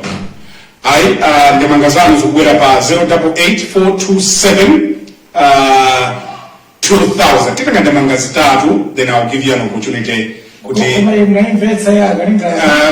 sinimvetsa bwino. Okay. Munamvetsa be? Sinimvetsa bwino. Yeah. Times TV, Times Special. Hello. Tikudziweni ndi kumene muli madzulo ano.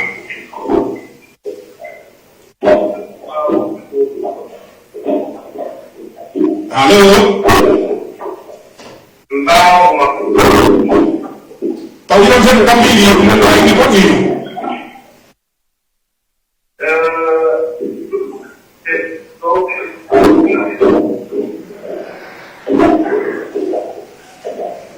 I think it's Mutesilaso 088427 2000. Sisi kutenga ma text messages kuma tungotenga mafoni. Times Special. Hello. Tikudziweni ndi kumene muli.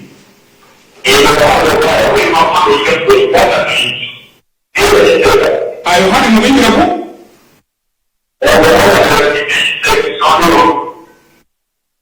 Sindi kumva kuno bwino. Kumbo Tanzania. Msewami tundu Ayohani, msewami tundu tiakuleni.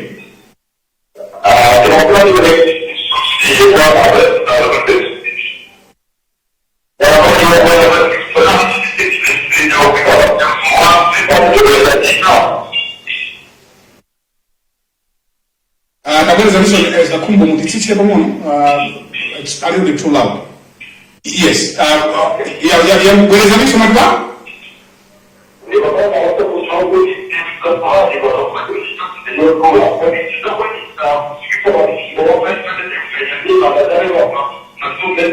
Acha kufusola mna kwambiri tarimva abu yankani president UTM Dr. Kabambe.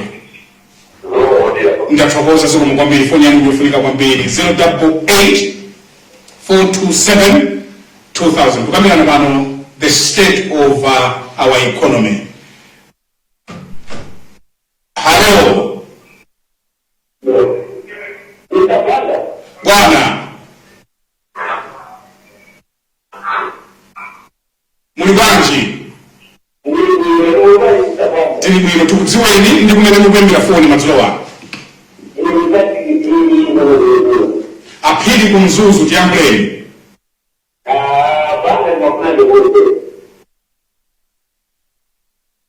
Yes.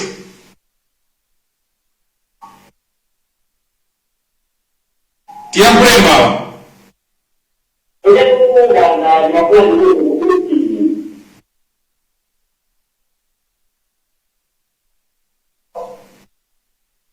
Tukumvani tiyambulani mikirizani.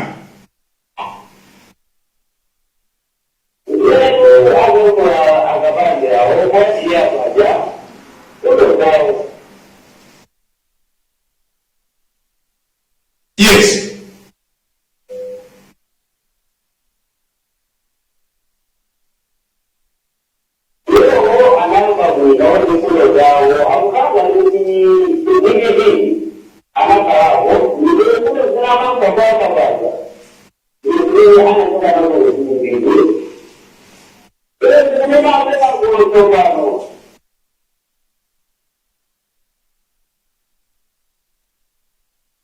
Ndimaona ngati musamvere imwe yankhulani musamamvere pa TV kuilungo yankhulani.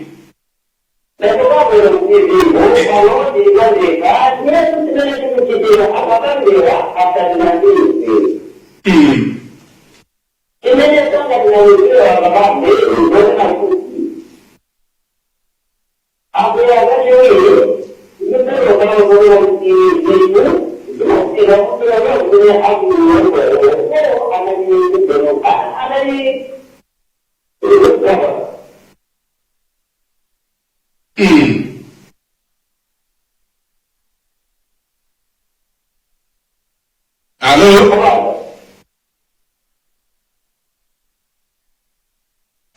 chabwino kangati siti kumvani mafani pemphe kuti pamene mukuyimba tsitsani wireless yanu kandi TV yanu kapena pitirani pambali pang'ono kuti tikumvetsetseni bwinobwino. We'll take one more then Dr. Kabambe atiyankhula. Hello, good evening. Hello. Tikudziweni kumene muli. Dzina la? Akenson Chiwawa kusochi tiyankhuleni madzulo wano.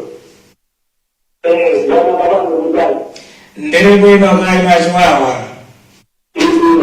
Asema kambeni.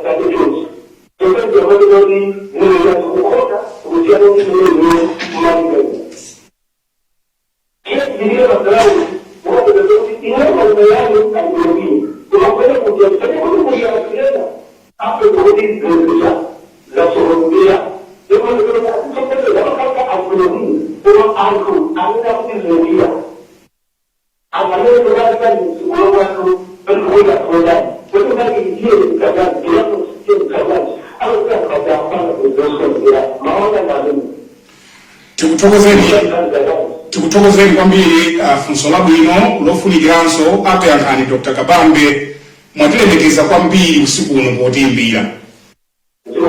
Ziko Dr. Kabambe, over to you, sir. Yeah, I think ndiyankhe Brian mava kufansi mavuta kumva. Yeah. Ndiyankhe zinto zitatu. Choyamba ndiyankhe cha kukwera kwa mitengo ya zinthu. Chimene amawu ambiri akulira kuti zinthu zakwera mtengo kwambiri pakatipa. Ndiye nafuna kuzangani naye jena kuti chimene chimangisa kwambiri zinthu zikwere malayi muno. Ndi nkhani ya exchange rate. Ndalama yathu 40 zambiri madzikula kunja tikusintha pa mtengo wanji. Zimene chizamapangitsa kuti amathika magwa mphamvu zinthu mdziko lino kukwera. Ndifuna ndipatse chitsanzo. Kuna kuti kuyambira 1971 pamene tinayikhazikitsa ndalama yathu yakwacha. Actually, malemu Dr. Hastings Mzubanda ananena kuti ndalama yathu yakwacha ndi yamphamvu kuposa ndalama ya pound.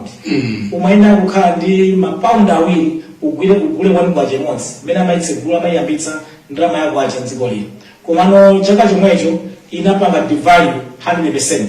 Kuti inachoka pa 2 kwacha to 1 pound ndokhala pa 1 kwacha 1 pound. 1 kwacha 1 pound, 1 kwacha $1. Ndeti inaenda from 1971 mpaka 1994. Inali pa 1 kwacha equals $1 mpaka 1994. Kuma kutoka 1994 zaka zoyambirira za democracy 10 years zoyambirira from 1994 to 2004 ndalama yathu yakwacha inachoka pa 1 kwacha equals $1 kudzafika pa 152 kwacha equals $1 by 2004. Irangosuntha pang'ono sikusuntha kwenikweni kwakukulu kosa litsankhawa kwenikweni muzaka 10 zimenezi. Mukuchokera kuti chaka 2004 kudzafika 2012 ndalama yathu yakwacha kubuka nthawi imene ya president ananali safuna isinthe ndiye inakhala pa 152 kumwe paja kuchokera chaka cha 2004 mpaka 2012 yomwe tinali pa 152 kwacha to $1. 152 kwacha 2012 kuma kungochoka 2012 kudzafika lero zaka izizi pamene kwacha yafampuka yathamanga kwambiri. Ine pamene ndimakhala governor wa Reserve Bank 2017 April 2017 inali ndi yachoka pa 2012 paja yachoka pa 152 kwacha yadzafika 732 kwacha to $1. Ndiye ifeyo tinapemphera kuti tayesetsani kuti ndalama yakwachayi ikhazikike komanso tinadzakhala ndi programu ya IMF kumanena ija inalithandiza kuti ndalama yakwacha ikhazikike. Ndiye kuchoka 2017 2018 2019 2020 zaka zonse zifolosi ndalama yakwacha sinasunthe andi ena amafuna adzimva rekodi ya ine ya Reserve Bank ya Malawi. Rekodi yanga ndinona kuti ndalama yakwacha ili pa $732 zaka zanga zonse 4 sinasunge tsiku limodzi nachoka sili pa $732. Ndalama Reserve Bank ali ndi almost a month of import cover, mmene ndimachokako tili over 3 months of import cover. My inflation inali ku double digit 24%, tinaitsitsa mpaka na kuzafika 7.1%. Mothandiza ndi program hii ya IMF inatsika kufika muno bwino. Komanso ma interest rates aja anali kumatereja kuti tinatsitsa mpaka na 13.5%. Ndiye ndalama athu yakwachayi mukayiona yachokana pa 732 ya 2020 lero ukamba za 1,700 tukamba za 4,000 of 1,000 pa parallel market. Yatheratu mphamvu kuchokera 2012 mina chokera pa 152 kwacha kudzafika panopa uwonse utukumva zinthu zakwera osopo wakwera mtengo omafuna kupikira akwera mtengo osafa akwera mtengo ozo chilichonse chakwera mtengo. Ndichifukwa ndalama yathu yakwacha yachoka 152 kwacha to $1 chaka cha 2012 kudzafika pinafika panopa 5,000 kwacha imene ambiri apeza kusa chilo pa parallel market. Ndi chifukwa chake chuma chathu Amalawi akulira akumva kwambiri achana imba kuti nima adzafika usapitira 500 kwacha ndiye zoteka kuti ndimene akuti ife Amalawi tipena kuganiza mabwino. Ine maganizo anga ku Zambia mavuto amene anakhala nawo, ku Kenya mavuto amene anakhala nawo. What sometimes you can do to your currency if you think your currency is hugely overvalued. Monga mene kuti udzileka ndalama zambiri kwagulira kanthu kakang'ono. Umalowa mushopu majority 100,000 kwacha ukubwera ndi zinthu za basket. Chimene kutana zoti ndalama yathu it's now yathamphamvu kwambiri, it's worthless. Ena khamakamba wapanga 5,000 tukuona ngati pangaso 10,000 nchuleka ito ndisazinyamaka manoto ochepa kukagula zinthu zogwirizana ndi zimene akugula zija. Then ndalama yathu yathamphamvu kwambiri. Ku Zambia zinachitika, ku Kenya zinachitika, maiko ena china maganizo machita they can knock off mazero. You can knock off mazero. It's 1,700, it's 4,000, people can knock off 2 zeros. So you can knock off the 2 zeros and keep it maybe at 170 kwacha to $1 or 17 kwacha or 170 kwacha to $1. Ndio tabolikanso taikana tabu kupanga rewind clock back. Koma imene ichawu upange mpanga dziko zinafuna musamali kwambiri. Mukhale ndi strong economic measures. Zoti inflation sikwera mupanga contain inflation kuti sakwera. Tidagwirizana dziko kuti ndalama yathu kuti tisamanyazi yatha kwambiri yasanduka kupanga ntchito makosa penti ikonze ndalama yathu. We can do it, the central bank can do it, can knock off 2 zeros and appreciate the currency in that fashion by knocking off the zeros and manage that process. You know kuti economy yesisukunike kwambiri ndi inflation. Pana mechanics side na mechanism zake, ku Zambia anapanga, ku Kenya anapanga, maiko ambiri apanga. We can do that if we so wish. Anafunsanso kuti mukulankhula zinthu zabwino koma nthawi zina ukakhala pa mpando umakhala ndi anthu amene amakuwuza kuti ayi musamvere akukunamizani.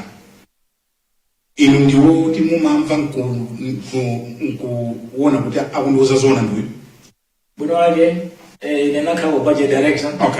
Ndiye mukanena za fiscal nzoti ndagwirako ndi anthu umadziwa kuti langizo ili labwino, langizo ili silabwino, umatenga langizo ili labwino lokha.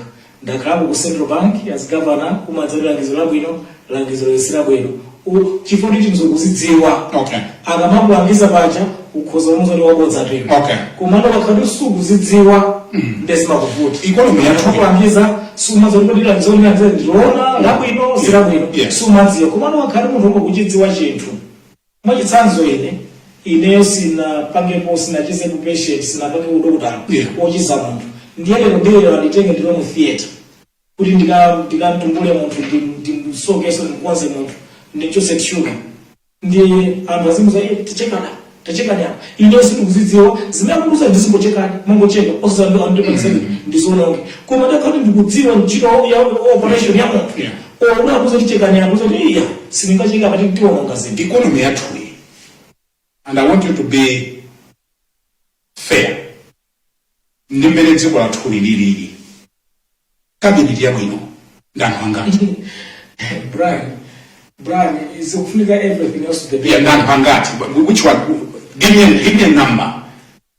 Brian, is Nangasema naye mnifa kuna kutika tumizi ya chuluka, ma advisors ya chuluka, ma directors ya chuluka. What's the ideal number for you? I think it should go beyond 18. So including the car president, including the president and the vice president, 18 ministries. 18 ministries equals 18 ministers. Okay. So that's what I would. My advisors? My advisors are in this what? So my advisors. Do you know my advisors? Then my ministers are supposed to advise the president. Once you appoint the ministers, those are your advisors. Ngani minister chosa waiter mchotse. Okay. Get your minister who can deliver. Okay. And then the minister is advised by the PS. Yeah. 18 PSs. And now Mungu anaoja. Mwadi mzodi kukala president ministry not kumakala ma PS 5 6 za 10. Zimene zote kweno zazi kwa zinaka sali kwa 74. Yeah. Mwini president jiro na mwina amapanga retire. You're no longer having any new PSs. Okay. Up until you clean up the whole slate. Yeah. Basically when they said 18 ministries equals 18 PSs. You need to do that. This is a tough one, by the way. Yeah. It's a tough one. Yeah. Ndina ngosanki dokhala PS Foreign Affairs. Mu 2015, around October, ntapita ku Foreign Affairs. Ndiye ndakapeza kuti ndangofika ku first week. Ndapeza anthu akuma airline akubwera ati ministry ano ingongoleza mbiri anana maenda maiko akunja anazatenga mali sana ibiri. Ama galimoto wotagwira magalimoto anu simuna zalipire kuti titakukonzerani. Ama filling station woti ndingongoleza mbiri munadzamwetsa mafuta simuna lipire. Ndipo mabwera mbiri aliyense what's ngongole at the time October 2015 we calculated ngongole zinafika almost over 2 billion kwacha ndameleja 2 billion is not money. So titakuwapanga all my suppliers my service providers also sana lipire ya. Nditi tauna that kind of situation. Ndinapempha anduna ngathaimene DPS ndali pandunanga tinapita kwa president tikuta your excellency maiko amene ife tapita ngati ma embassies kwathu kula anthu over 50 kula anthu over 40 anthu over 60 some embassies and in some cases talembaso anthu akumene kujaku amaiko amene aje mukumbukira ku London kunali ma drivers 9 amene timayikira papelo anditi magari motogwira ntchito kulanda embassy ali magalimoto awiri. It was so shocking. Nditi kulipira panja nosewa timaona nga 17 billion kwacha pachaka kulipira nosewa in foreign currency ndilano kuzitumiza magalipira panja mwezi 17 billion kwacha. Nditi nakapita kwa president ifeyo ngati Malawi tili kumaiko akunjawa ma mission for 5 good reasons. Number 1, tili kumene kuja chifukwa chona kuti maiko amene amatithandiza ngati America, ngati Britain, ngati France, ngati Germany kuti azikira kutithandiza with the development assistance. That's number 1. Number 2, tili kumaiko amenewa nchoneka chona kuti tizipanga nawo ubale wa trade paka kwa export zetu kumaso kupitalitsa zinthu kutoka kumaiko amenewa. Chachitatu timafuna kuti azibwera kudzipanga business awo kunoko foreign direct investments. Chachinayi timafuna ubale woyenderana wa alendo kuti aziyenderana ma tourists bwera ndi dziko limene lija. Chomaliza mwina ngati ku India kuja foreign tourism ma patient ku UK US kupita ma students athu akaphunzitsire ukadalosena siyana ndiye pali zinazo zimene timafuna so tizizionika pa mabwana amene ndizo 5 zenizentili nazo kodi bwanji ku London tikhale ndi 5 wina oyang'ana development assistance wina oyang'ana trade wina trade wina oyang'ana development assistance FDI wina oyang'ana nkhani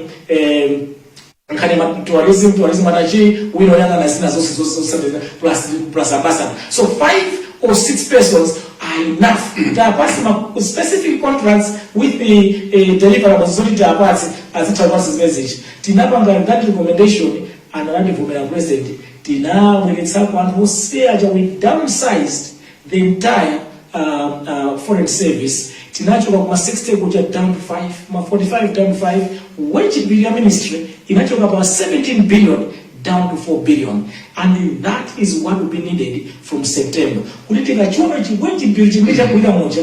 The only way is to restructure, re-engineer, downsize, trim, so that we can create fiscal space. Kuti tikalipira masala lewa tiguleso zipangizo za kuchipatala, tiguleso mankhwala, tiguleso zipangizo za maskulu, tikonzereso misewu yathu, tikonzereso mazipatala zathu, tikonzereso nazo onse, because you just have to do it. Yeah. If you can't do it, palibe kuti tingapita kuna muli konse. Even a company, mambo ya kupanga retrenchment, kupanga restructure, re-engineer, business process support, mmanena kutero ngati simusizo kuenderana. Yeah. Mwanena kutero ndiye kungokuyankha mwachindunji kunena kuti izizi zinthu zotheka unoti kuzokuza sezi chano kupanga clean up and makandi. So iluza advisor ayi Advisor ndanakuti advisor zakhala minister ndi ntchito ya minister. okay Advisor za ma advisors zinabwera kwati ndemukafusa nawo funa ma advisors.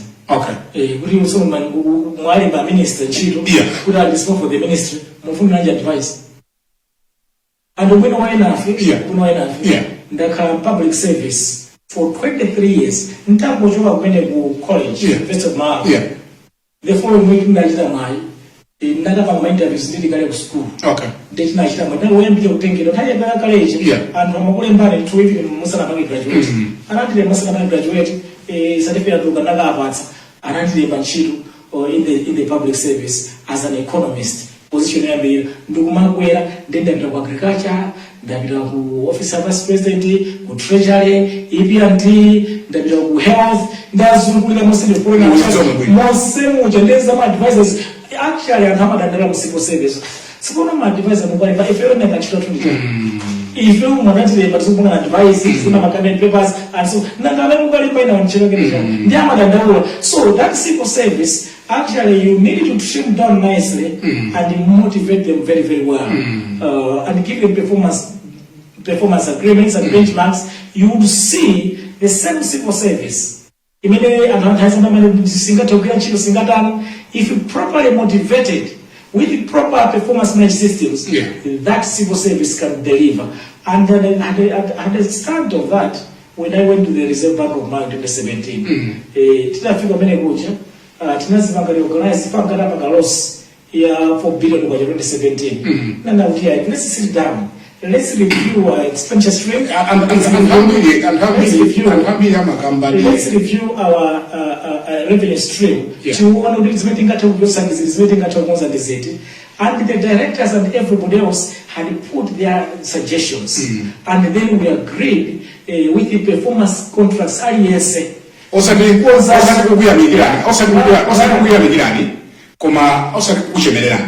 Koma what you are saying is true. And hambira manena kuti nthawi yakabambe kuno ku Reserve Bank tinanjoya. And I can tell you now kuti kunjobe na nena maganizo I did more of listening Okay. from staff in the Reserve Bank.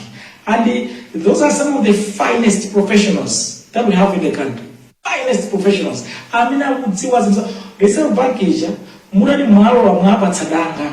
Tofuna muti konzile chumachi tsida kwenye. Those people, they did it during my time. We just gave them space. Okay. What do you want to be done? Why did you bring us out?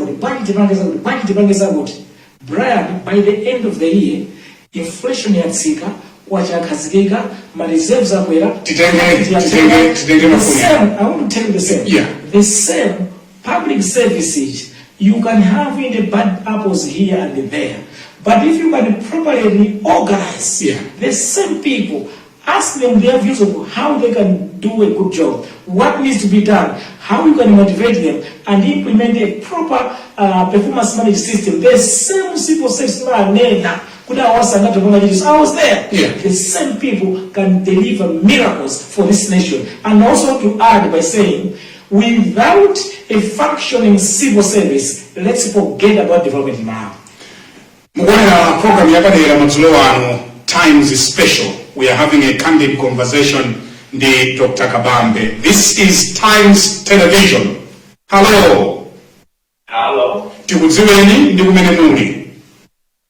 Yes, Kuzomba. Atambala Kuzomba, takulandirani mukumvekanso bwino kwambiri tiyankhuleni.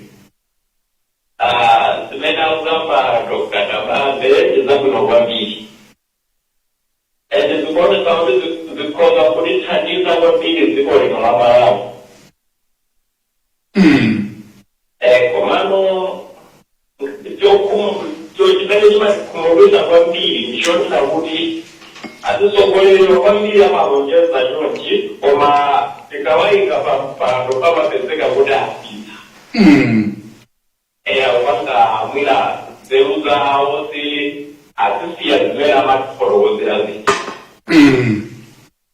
monga ngati pano wachisanzo amene alipo pano pawa noti atipweteka kwambiri chifukwa anayamba ndi boza anatinamiza komano tikuona kuti Dr. Kabambe atagwirizira bwino mfundo zimene amalankhula pano pasi kozothandiza komanso kukula dziko lino la Malawi. Chabwino. Ndithu. Tikuthokozeni kwambiri kuzomba kuti muli maso nthawi ino mwatilemekeza kwambiri. Zikomo 088 427 2000. Mafuna kuti tikabwerera.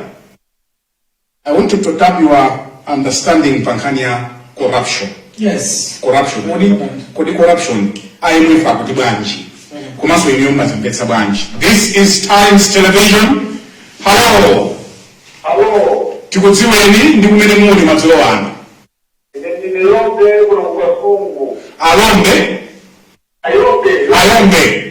Ayombe kukasungu muli patipati kukasungu. Muli patipati kukasungu. Chabwino tiyakupena Ayombe.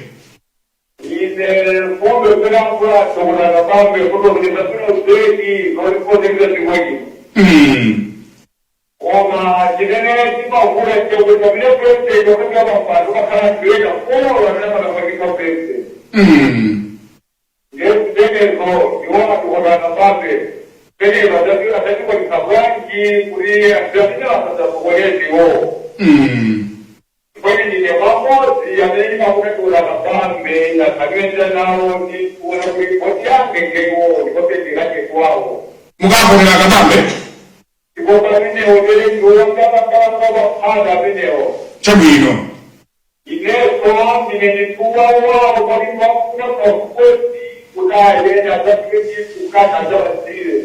Kuna Kabambe munapasana napo ngapatsani mwana kuyambeni?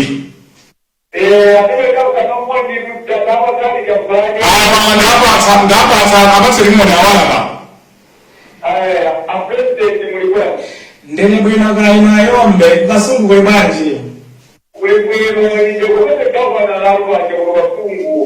Ndakunyadikani kwambiri.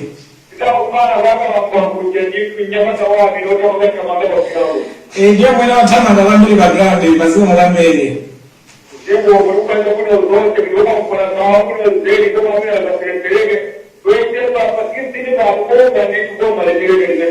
Tathokoza. Ayombe. Ile nakitero kuti kuyamikeni kumatilemekeza kwambiri. Zikomo 099 088 427 2000 088 427 2000 mukatimbira namba imeneyo ndiye kuti tiyankhulana. This is Times TV. Hello. Tikudziweni ndi kumene muli.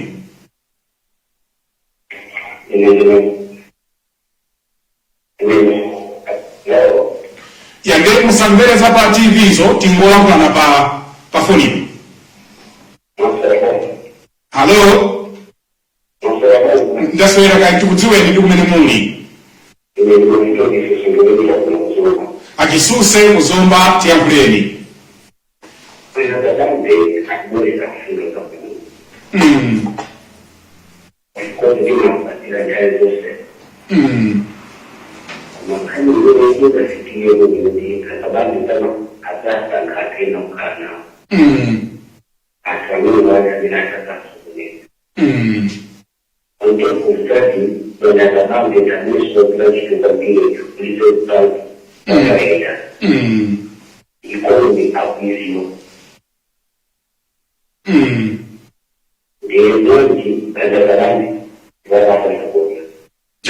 Tathokoza. Tikufunirani madzulo abwino.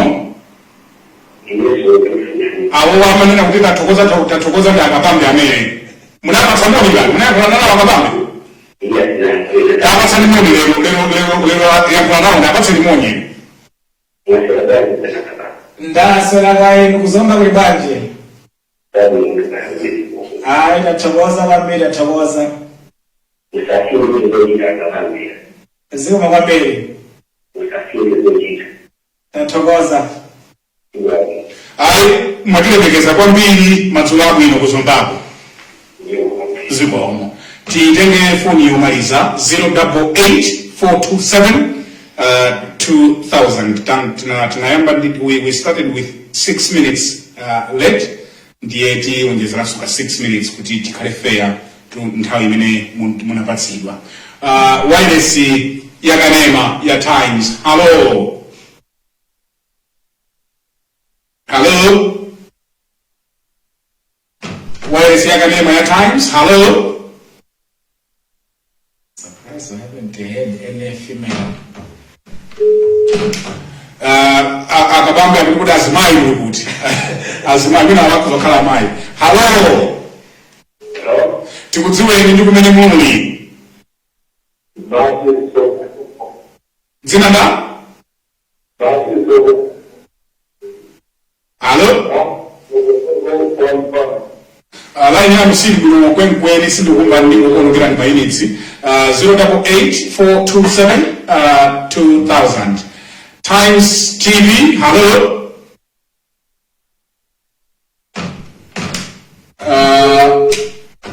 088-427-2000. Times TV. Hello. Mlibanji madzulo ano.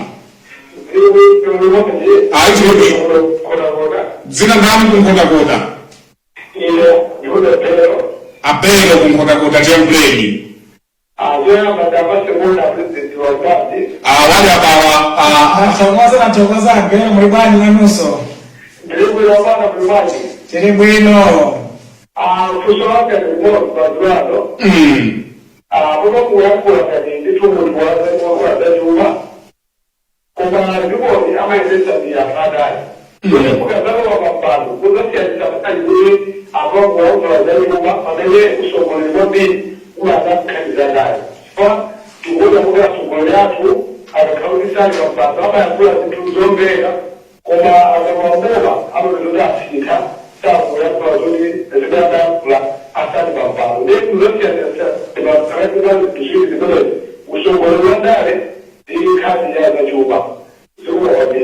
ndikuthokozeni kumkota-kota kuti tili limodzi usiku uno.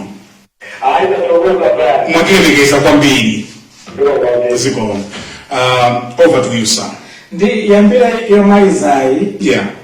Ndingangoona kuti tinali ndi malemu a Bengu. Yeah. Nawonso nali katswiri pa ntchito zachuma.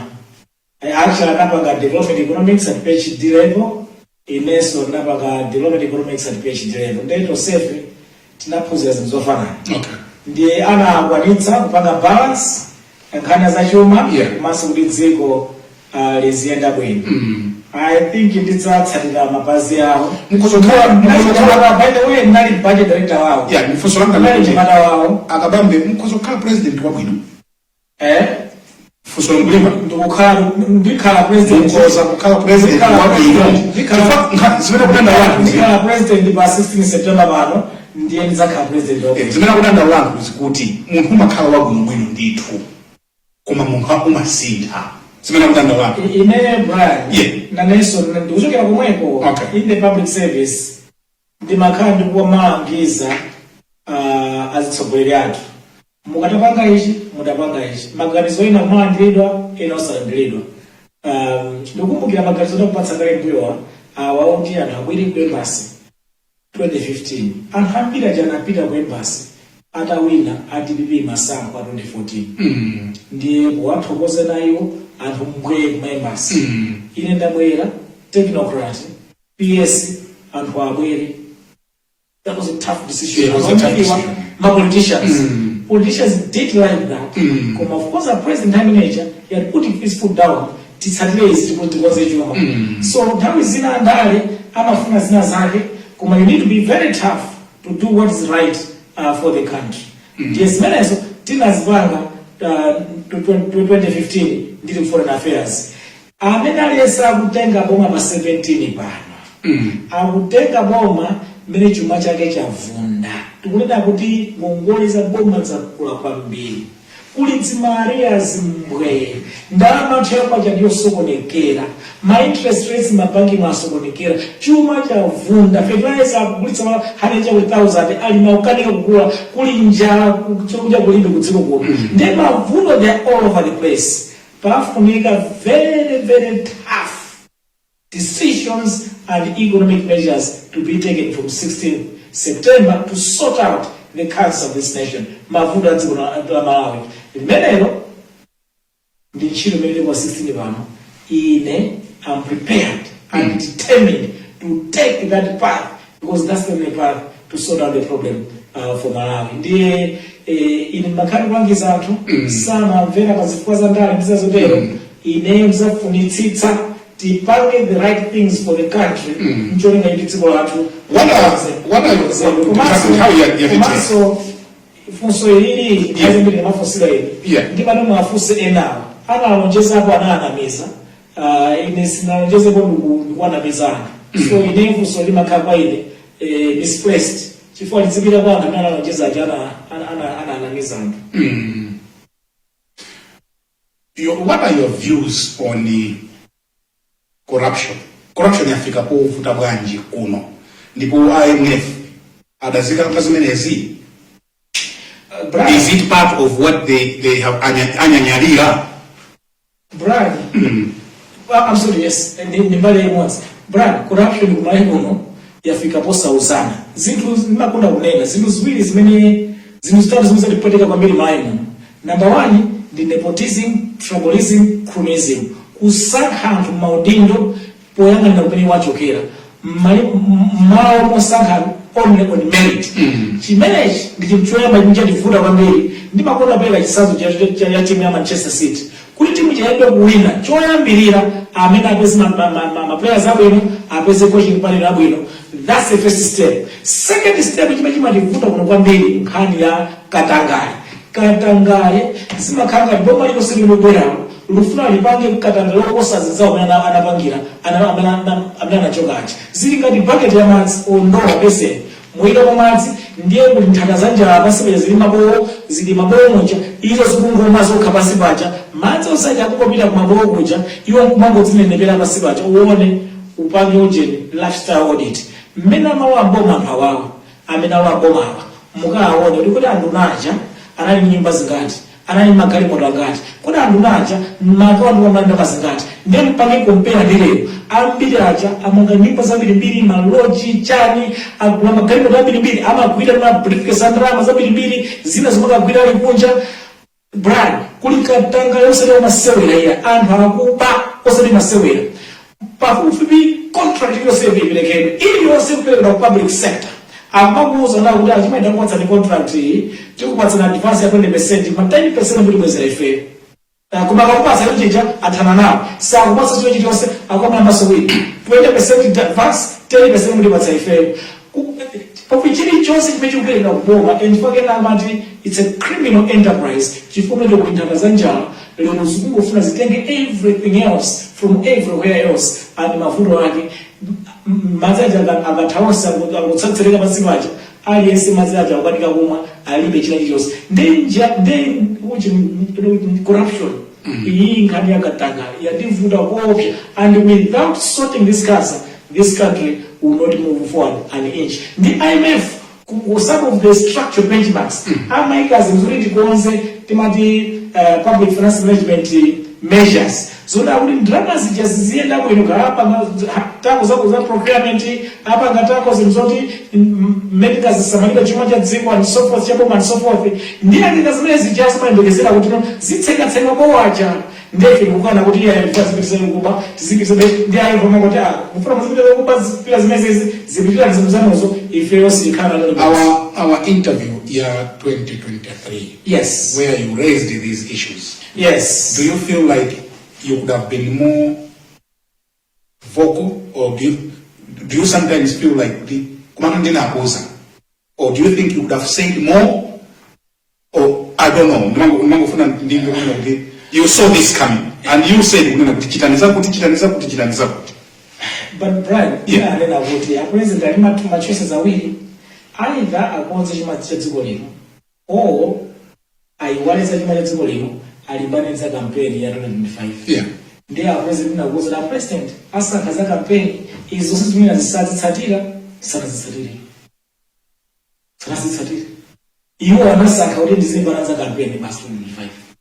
Nthawi yatithera titatha kukambirana zonse madzulo ano alipo amalawi amene sadagonebe mpaka pano akutsatira zimenezi ndi chidwi, and they akakafika mu ballot muja pa 16 September mwamvakali adati yankhula ena zotere ampaka tikaponya vota amasintha. If you were given 2 minutes to convince amalawi zaini Dr. Kabambe, munganene kuti chani? Brian, ndifuna ndiyauza amalawi kupyolera kwa iweyo kuti UTM ikulonjeza zinthu zitatu. Choyamba, UTM ikalowa boma ikufuna idzathetse nepotism, tribalism, cronyism.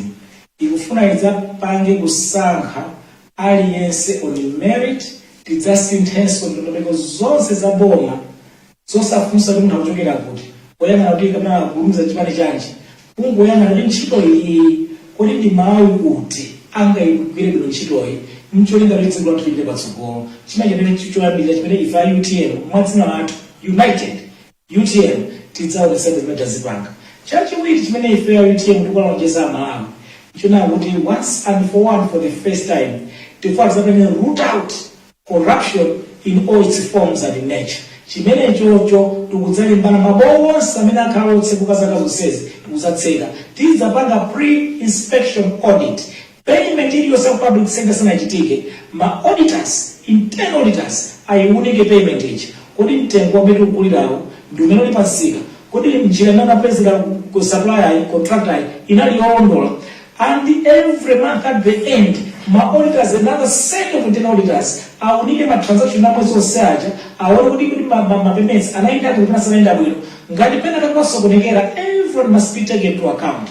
And all the roads will take decisive action and state measures to make sure we have recovered the government money and everyone else involved has been prosecuted. That's the second thing that UTM is going to do. The third and the final thing UTM is going to do is to transform Malawi by our name. We will do a complete overhaul of the macroeconomic situation in the country in order to bring in macroeconomic stability of low inflation, low interest rates, stable culture, growing reserves, and a growing economy. And it is our exercise of kuti agriculture yathu ulimi wathu taupanga overhaul, tapanga run that clip. It's how we shall do an overhaul of the agriculture system. Tidzapanga overhaul ya mining sector, tidzapanga overhaul ya education sector, overhaul ya health sector, overhaul ya tourism and manufacturing. Tikadumapanga release a clip every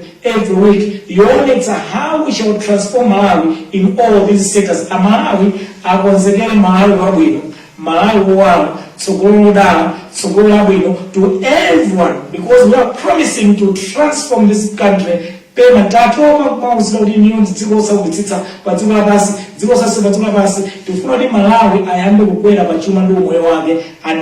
is our promise to all Malawians this night. Dr. Dalitso Kabambe, President wa UTM, amene sumuyimirira chipani cha UTM pa masankho amene akubwerawa, tikufuna ndikuthokozeni kwambiri. You have been very candid tonight. Thank you so much. Thank you so much. Pamene panso madzulo ano amalawi anzanga ndiye pamapeto a program yathu yapadera ya Times Special imene Dr. Kabambe anatiitana tinabwera pano kuti tikambirane za economy yathu. Tili ndi dziko limodzi tonsefe, Malawi. Inunso ngati muli ndi zofuna kufotokozera Malawi, ndinololedwa kubwera ku Times TV. Ndipo mukalipira chifani mafuna ndifotokoze pamenepo kuti Brian amangopanga za UTM bwanji.